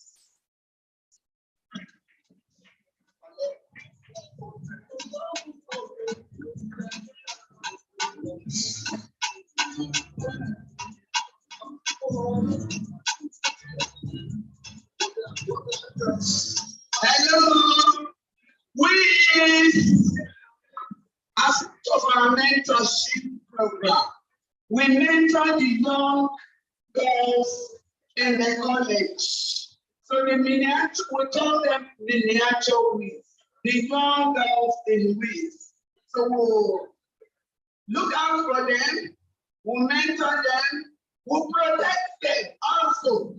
So they're coming to perform for us. And we want to welcome the miniature WICE of SCT Akoka. Can they file a miniature WICE? Please let them come and perform.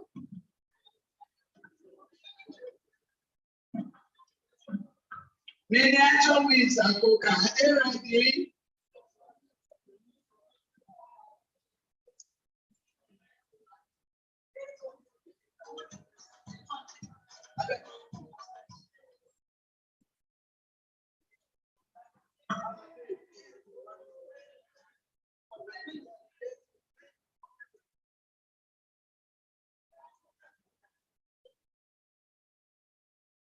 We are meeting. Good afternoon, ladies and gentlemen. I'm honored to be here. My name is Abinatai, and I have a poetry for great women this afternoon, and I'll be impressed if everyone take their time to listen.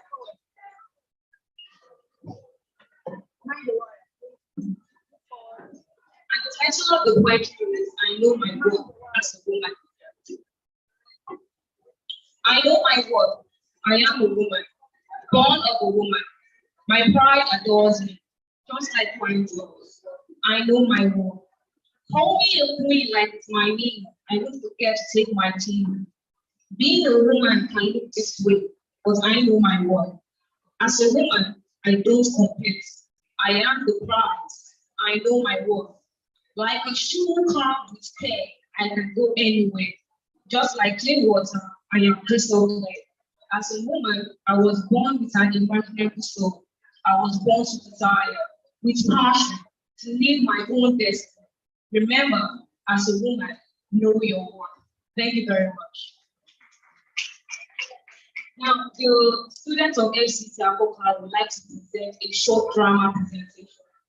Please, I would like us to pay attention. Now, as you can all see, the students of FCC Akoka are all seated waiting for their lecturer to come in. If you pay close attention, we can see they are all in groups. We have the serious-minded students, the unserious one, and those that came here to have fun. The lecturer comes in, examining everyone. She takes her time looking at each one of them. But if you take a look, everybody seems to engross what they are doing. She looks at them and takes personal interest in each one of them. As you can see, she's trying to pass a message, letting them know that you are in school, but take your time. There is time for everyone. As you can see, she's talking to some groups. They're still very, very unattentive. For these ones, they don't even have a time. As she's talking, they are also talking. Can you imagine? She goes over to the next set of students. As you can see, all serious-minded with their books, letting them know that a teaching time says there is time for everything. Since the lecturer has done her part, she decides to take her leave. As she takes her leave, see, I like my students. Those that are serious will remain serious, and those that choose not to will not. Now, as the lecturer exits, students are left alone. Let's see what happens next.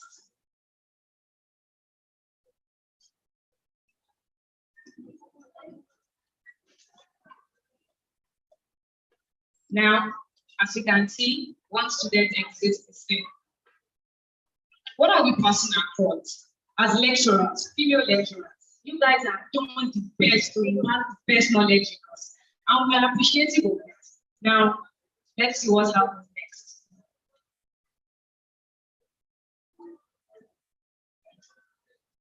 As the unserious students leave the scene,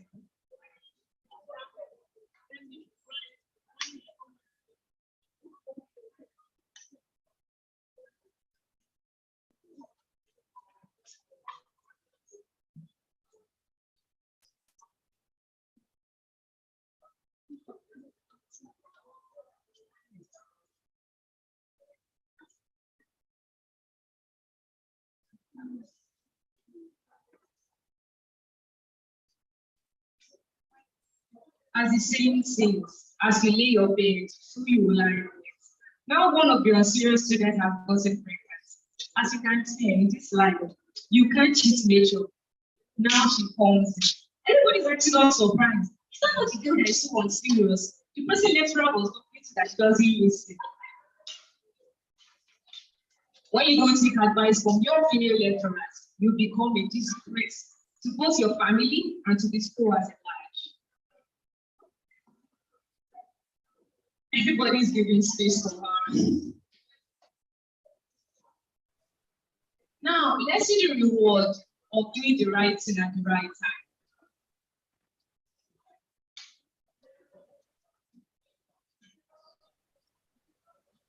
As you remember in the first slide, we had a set of serious students. Let's see what happened to one of our serious students now. She is now a manager in Zenith Bank. Can you imagine? And as she is, the unserious students now take orders from her. Remember, they were all classmates, but now she's the one in charge. She's giving orders. Thank you very much. According to what we have seen today, we value you female lecturers. We value you women. You are like our mothers in school. Just like our mothers are to bring the best in us, and that's why we love you more. It may seem like we don't appreciate you, but believe me, we all do. Thank you very much.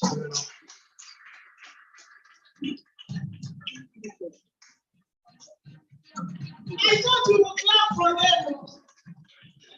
Thank you very, very much. We appreciate your time. We appreciate your patience. And we are to start your exams tomorrow. We're going to try to all the something that you are grateful. We are rounding up. We want to thank invited guests. We want to apologize to our fellows that have not been properly recognized as they ought to. We are very sorry. We're running behind schedule and we thought we could jump certain things. Please pardon us. Before I call on the Lord Chair to give the closing remarks.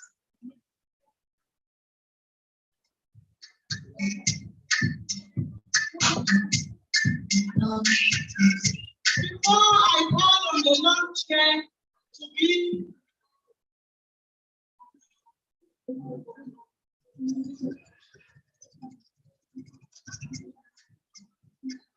please permit me to call on the following. Dr. Atinuke Amaoke. She was one of the founding mothers of Association of Women in Colleges of Education. Her contribution to the growth, the progress, and success of WICE can never be described, and Nigeria as a whole. As a national president, with her initiative, ideas, and creativity, she introduced so many things. Some of us call her Iron Lady because when she wants to be serious, her face alone can make you do the right thing. And when she wants to be a mother to the core, she plays as if there is no tomorrow. Please, can you step out? And I'm not trying also President Mrs. Mary Ayuban. We don't have a dancing space. Please come out.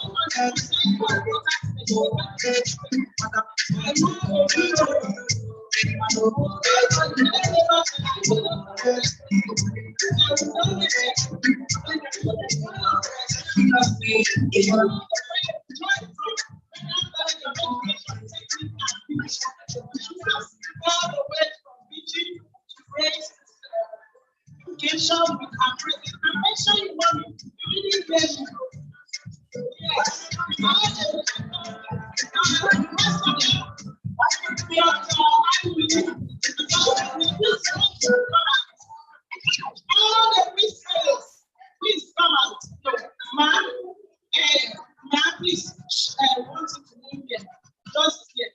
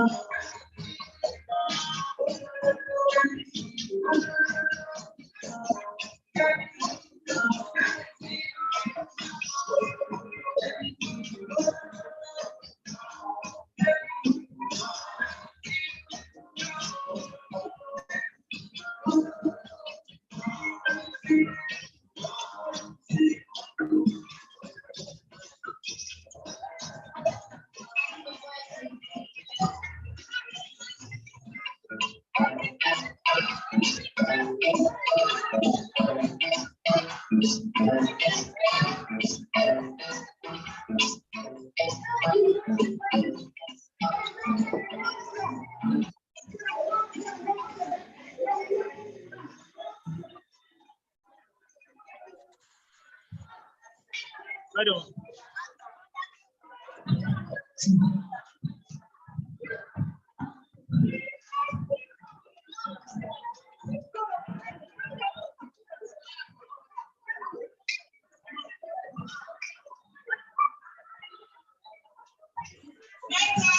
Give God a round of applause, everybody. Wherever we are, whether we are sitting down or standing up, let us give God a beautiful clap. God is good to us. Oh, closing prayer. He has given us a beautiful day, no rain. And just the way we brought it, exactly the way we have it. I want to sincerely appreciate God for what He has done today, and which I know that He will continue with us throughout this week. First of all, I appreciate Him for the fact that all the people that traveled from the six geopolitical zones arrived here safely. We give God the glory. No accidents, no running helter. And God is good to us.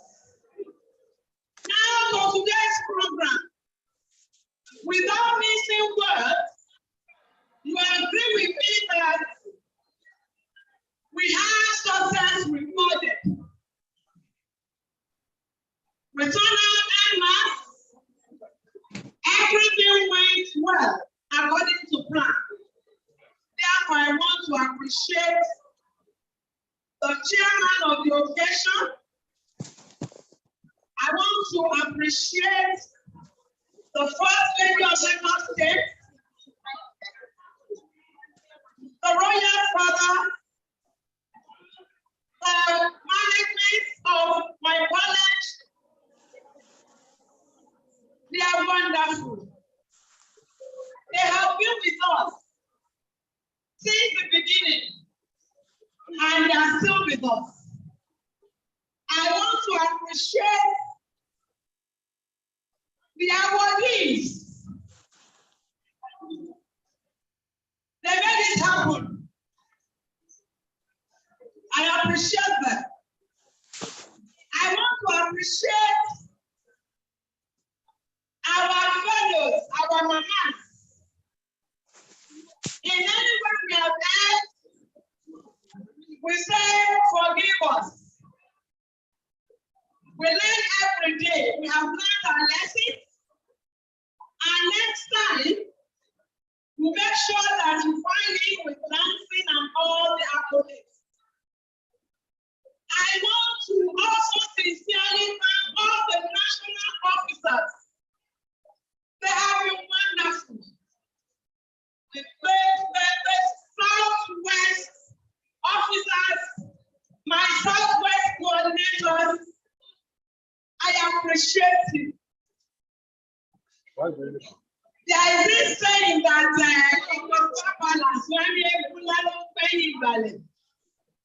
before I mention my national president, let me quickly give it to all my subcommittee members that have worked day and night to ensure that today has come want to stay. Right from the conference committee to logistics to fundraising to gala nights to security, nation secretariat. I give it to all of you. You are all wonderful people to work with. My efforts, they are excellent. I appreciate you all. I thank you very well. My Southwest coordinator, thank you very well. I want to thank all the past chairmen. I want to thank all the past national presidents. I want to thank everybody here present. The media, you are wonderful. Everybody, those who are traveling from far and near, I appreciate you. Those who have contributed in cash gifts towards the success of today's program, I give it to you. I thank you very much. You are wonderful people. I'm afraid of how we replenish all of you. Now for my national beautiful president here.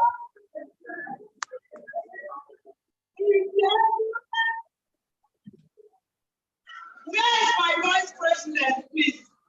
And you know they both look alike. They are both beautiful. Thank you very much. I appreciate you. All the national officers, they've been in town since Sunday. In fact, some of them arrived on Friday. You are wonderful people. I thank everybody. I thank my husband. I thank my friends. I thank myself. I thank the people in the powerhouse. Set people, I appreciate you. I appreciate one man, narrator. Olaos is one of their brothers. Throughout, in fact, he has been with us, and I'm sure he left here just to make us more comfortable. God bless you, sir. God bless everybody. God will be with you. You have gone safely, you go back safely. In the mighty name of Jesus. Throughout the week, there will be no casualties. Nothing will go wrong. In the mighty name of Jesus. All our fellows, you will continue to grow old and becoming beautiful and more beautiful. Thank you very much. Thank you, Lord. Thank you all.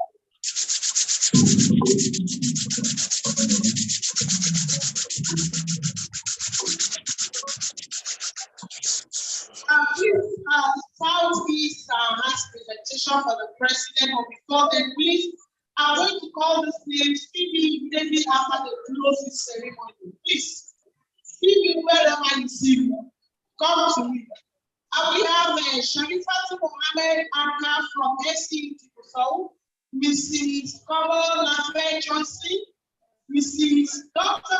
Lydia Adamu, Dr. Gertrude Atek. We also have Dr. Lucy Abakama, Mrs. Grace Joseph Flora, and Mrs. Olive Oge from SC Kano. Then we have Dr. Otobo Pereira.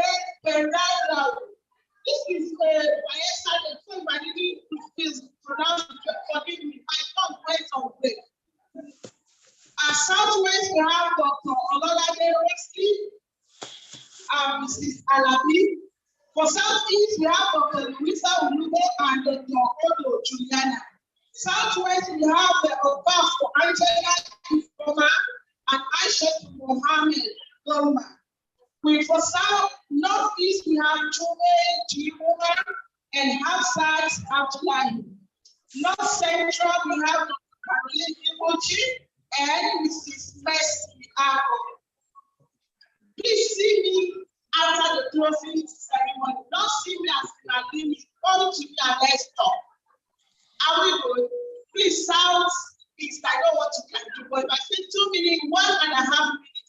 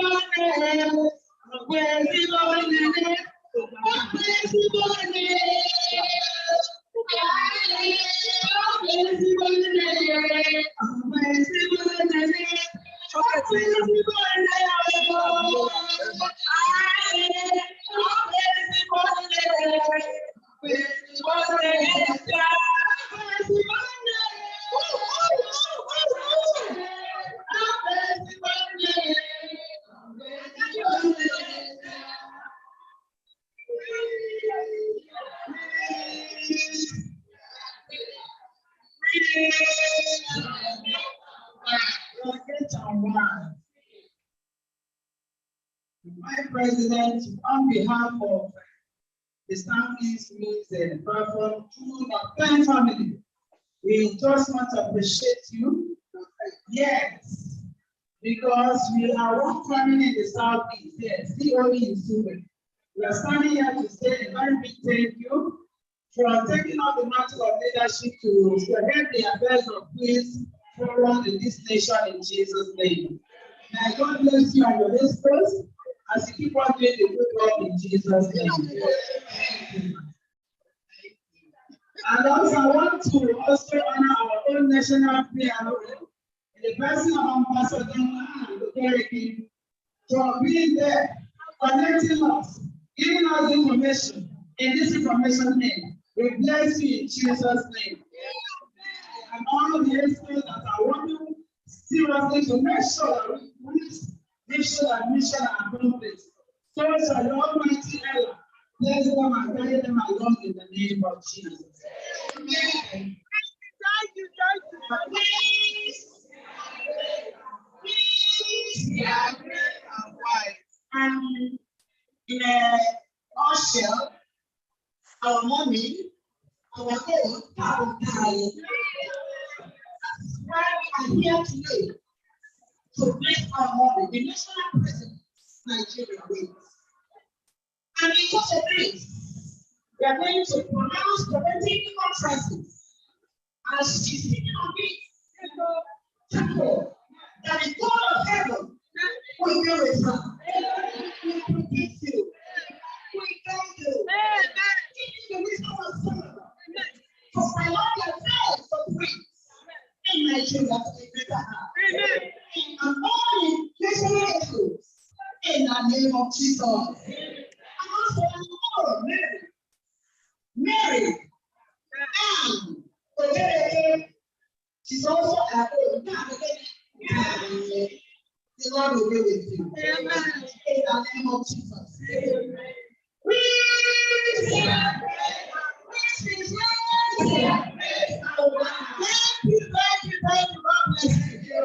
Thank you. I appreciate you all. On behalf of the National ESO and the entire line of WICE in Nigeria, I want to thank you for finding it worthy to appreciate me and your national PRO. May God bless you all. As you come in peace, you go back in peace. Thank you. Please, the picture that we don't get, please. Hello, announcement. Because the ES is deeply interested in the performance and the management, we have shifted it for tomorrow.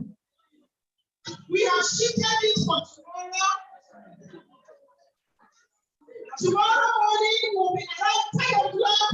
Every woman, the workshop is not just for long teaching staff. The workshop just as the opening ceremony today with our presence.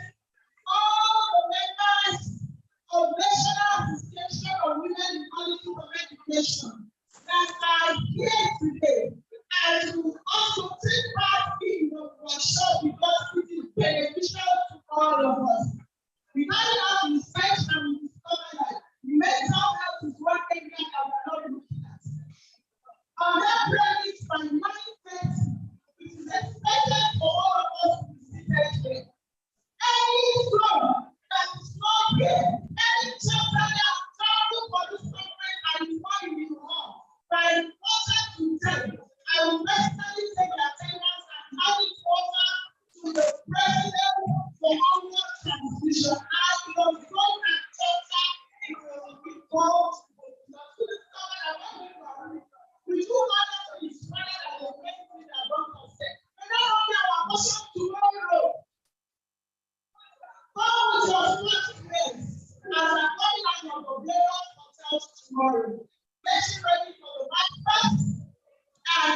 format. Self-control. Please arrange and organize your team against Akoka. Everyone, we are starting. 9:30 you are seated. Registration continues. For those of us that have registered and have not gotten your materials yet, please be very calm. Because coming from the hotel, we pick some numbers. We will get some materials before the conference comes to a close. Thank you very much. Plenary session will continue immediately after the workshop. Plenary session will continue immediately after the workshop. For those of you that have called on them to have a quick meeting with me, do not forget. On these notes, I want to call on the former chapter chair of Akoka, the president of Dr. Adunni, who traveled all the way from US to come and search the process, to give us a closing prayer as she's praying once all of America to give us the next version of the prayer. Thanking us from the men that we pray for the money to forgot to hold and God to be ready. Thank you. My name is Dr. Mrs. Stella Ifeyima Anomno. Yes. Okay. We give God all the glory. We give Him all the honor. We give God all the glory. We give Him all the honor. What's wrong? We give God all the glory. We give Him all the honor. We give God all the glory. We give Him all the honor. Yes. Father, we give you all the glory. We give you all the honor. We give you all the adoration. We want to say thank you, Daddy. We want to say you have been with us from the beginning to this segment. We say may your name be glorified forever and ever in the name of Jesus. Thank you, Lord. Thank you for a successful opening ceremony. We can't thank you enough. But we know that in the deepest part of our hearts, we are grateful. Thank you. Thank you for all that you have witnessed us today. The addresses of our provost, that of our national chair, the keynote speaker's address, the lead speaker's paper, and for all the patterns early in our lives. I will say, Father, thank you. Thank you because you have been so faithful. If not for you, this conference would have been made possible. And we say thank you, and thank you. So, Father Lord, Almighty and everlasting God, Jehovah Jireh, Jehovah Nissi, we are closing this segment and we are going to another one. We thank you for how far you have taken us. And we say once more, may your name be glorified forever and ever in the name of Jesus. Thank you because we did not hear any staggers. I will not going to hear staggers. Thank you for all the people you have brought from far and near, from the all parts of Nigeria. We are here today rejoicing because we are women and we may make things happen and we're making things happen. Thank you for everything. I will pray that as we are going to the next segment, you'll be with us in your glory, your honor, and adoration. In that we pray. In the name of our Lord Jesus Christ. Thank you, Father. Thank you and thank you. Amen. Thank you and thank you. I didn't know we have reverend sister in the house. God bless you. That's amazing.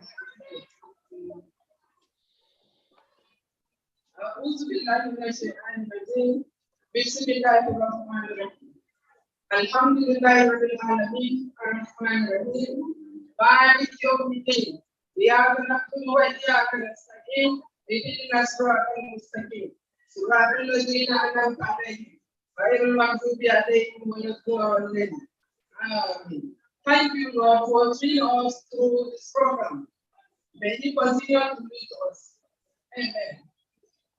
Thank you very much. For some of you here that said you didn't get the announcement, we have shifted the newspaper presentation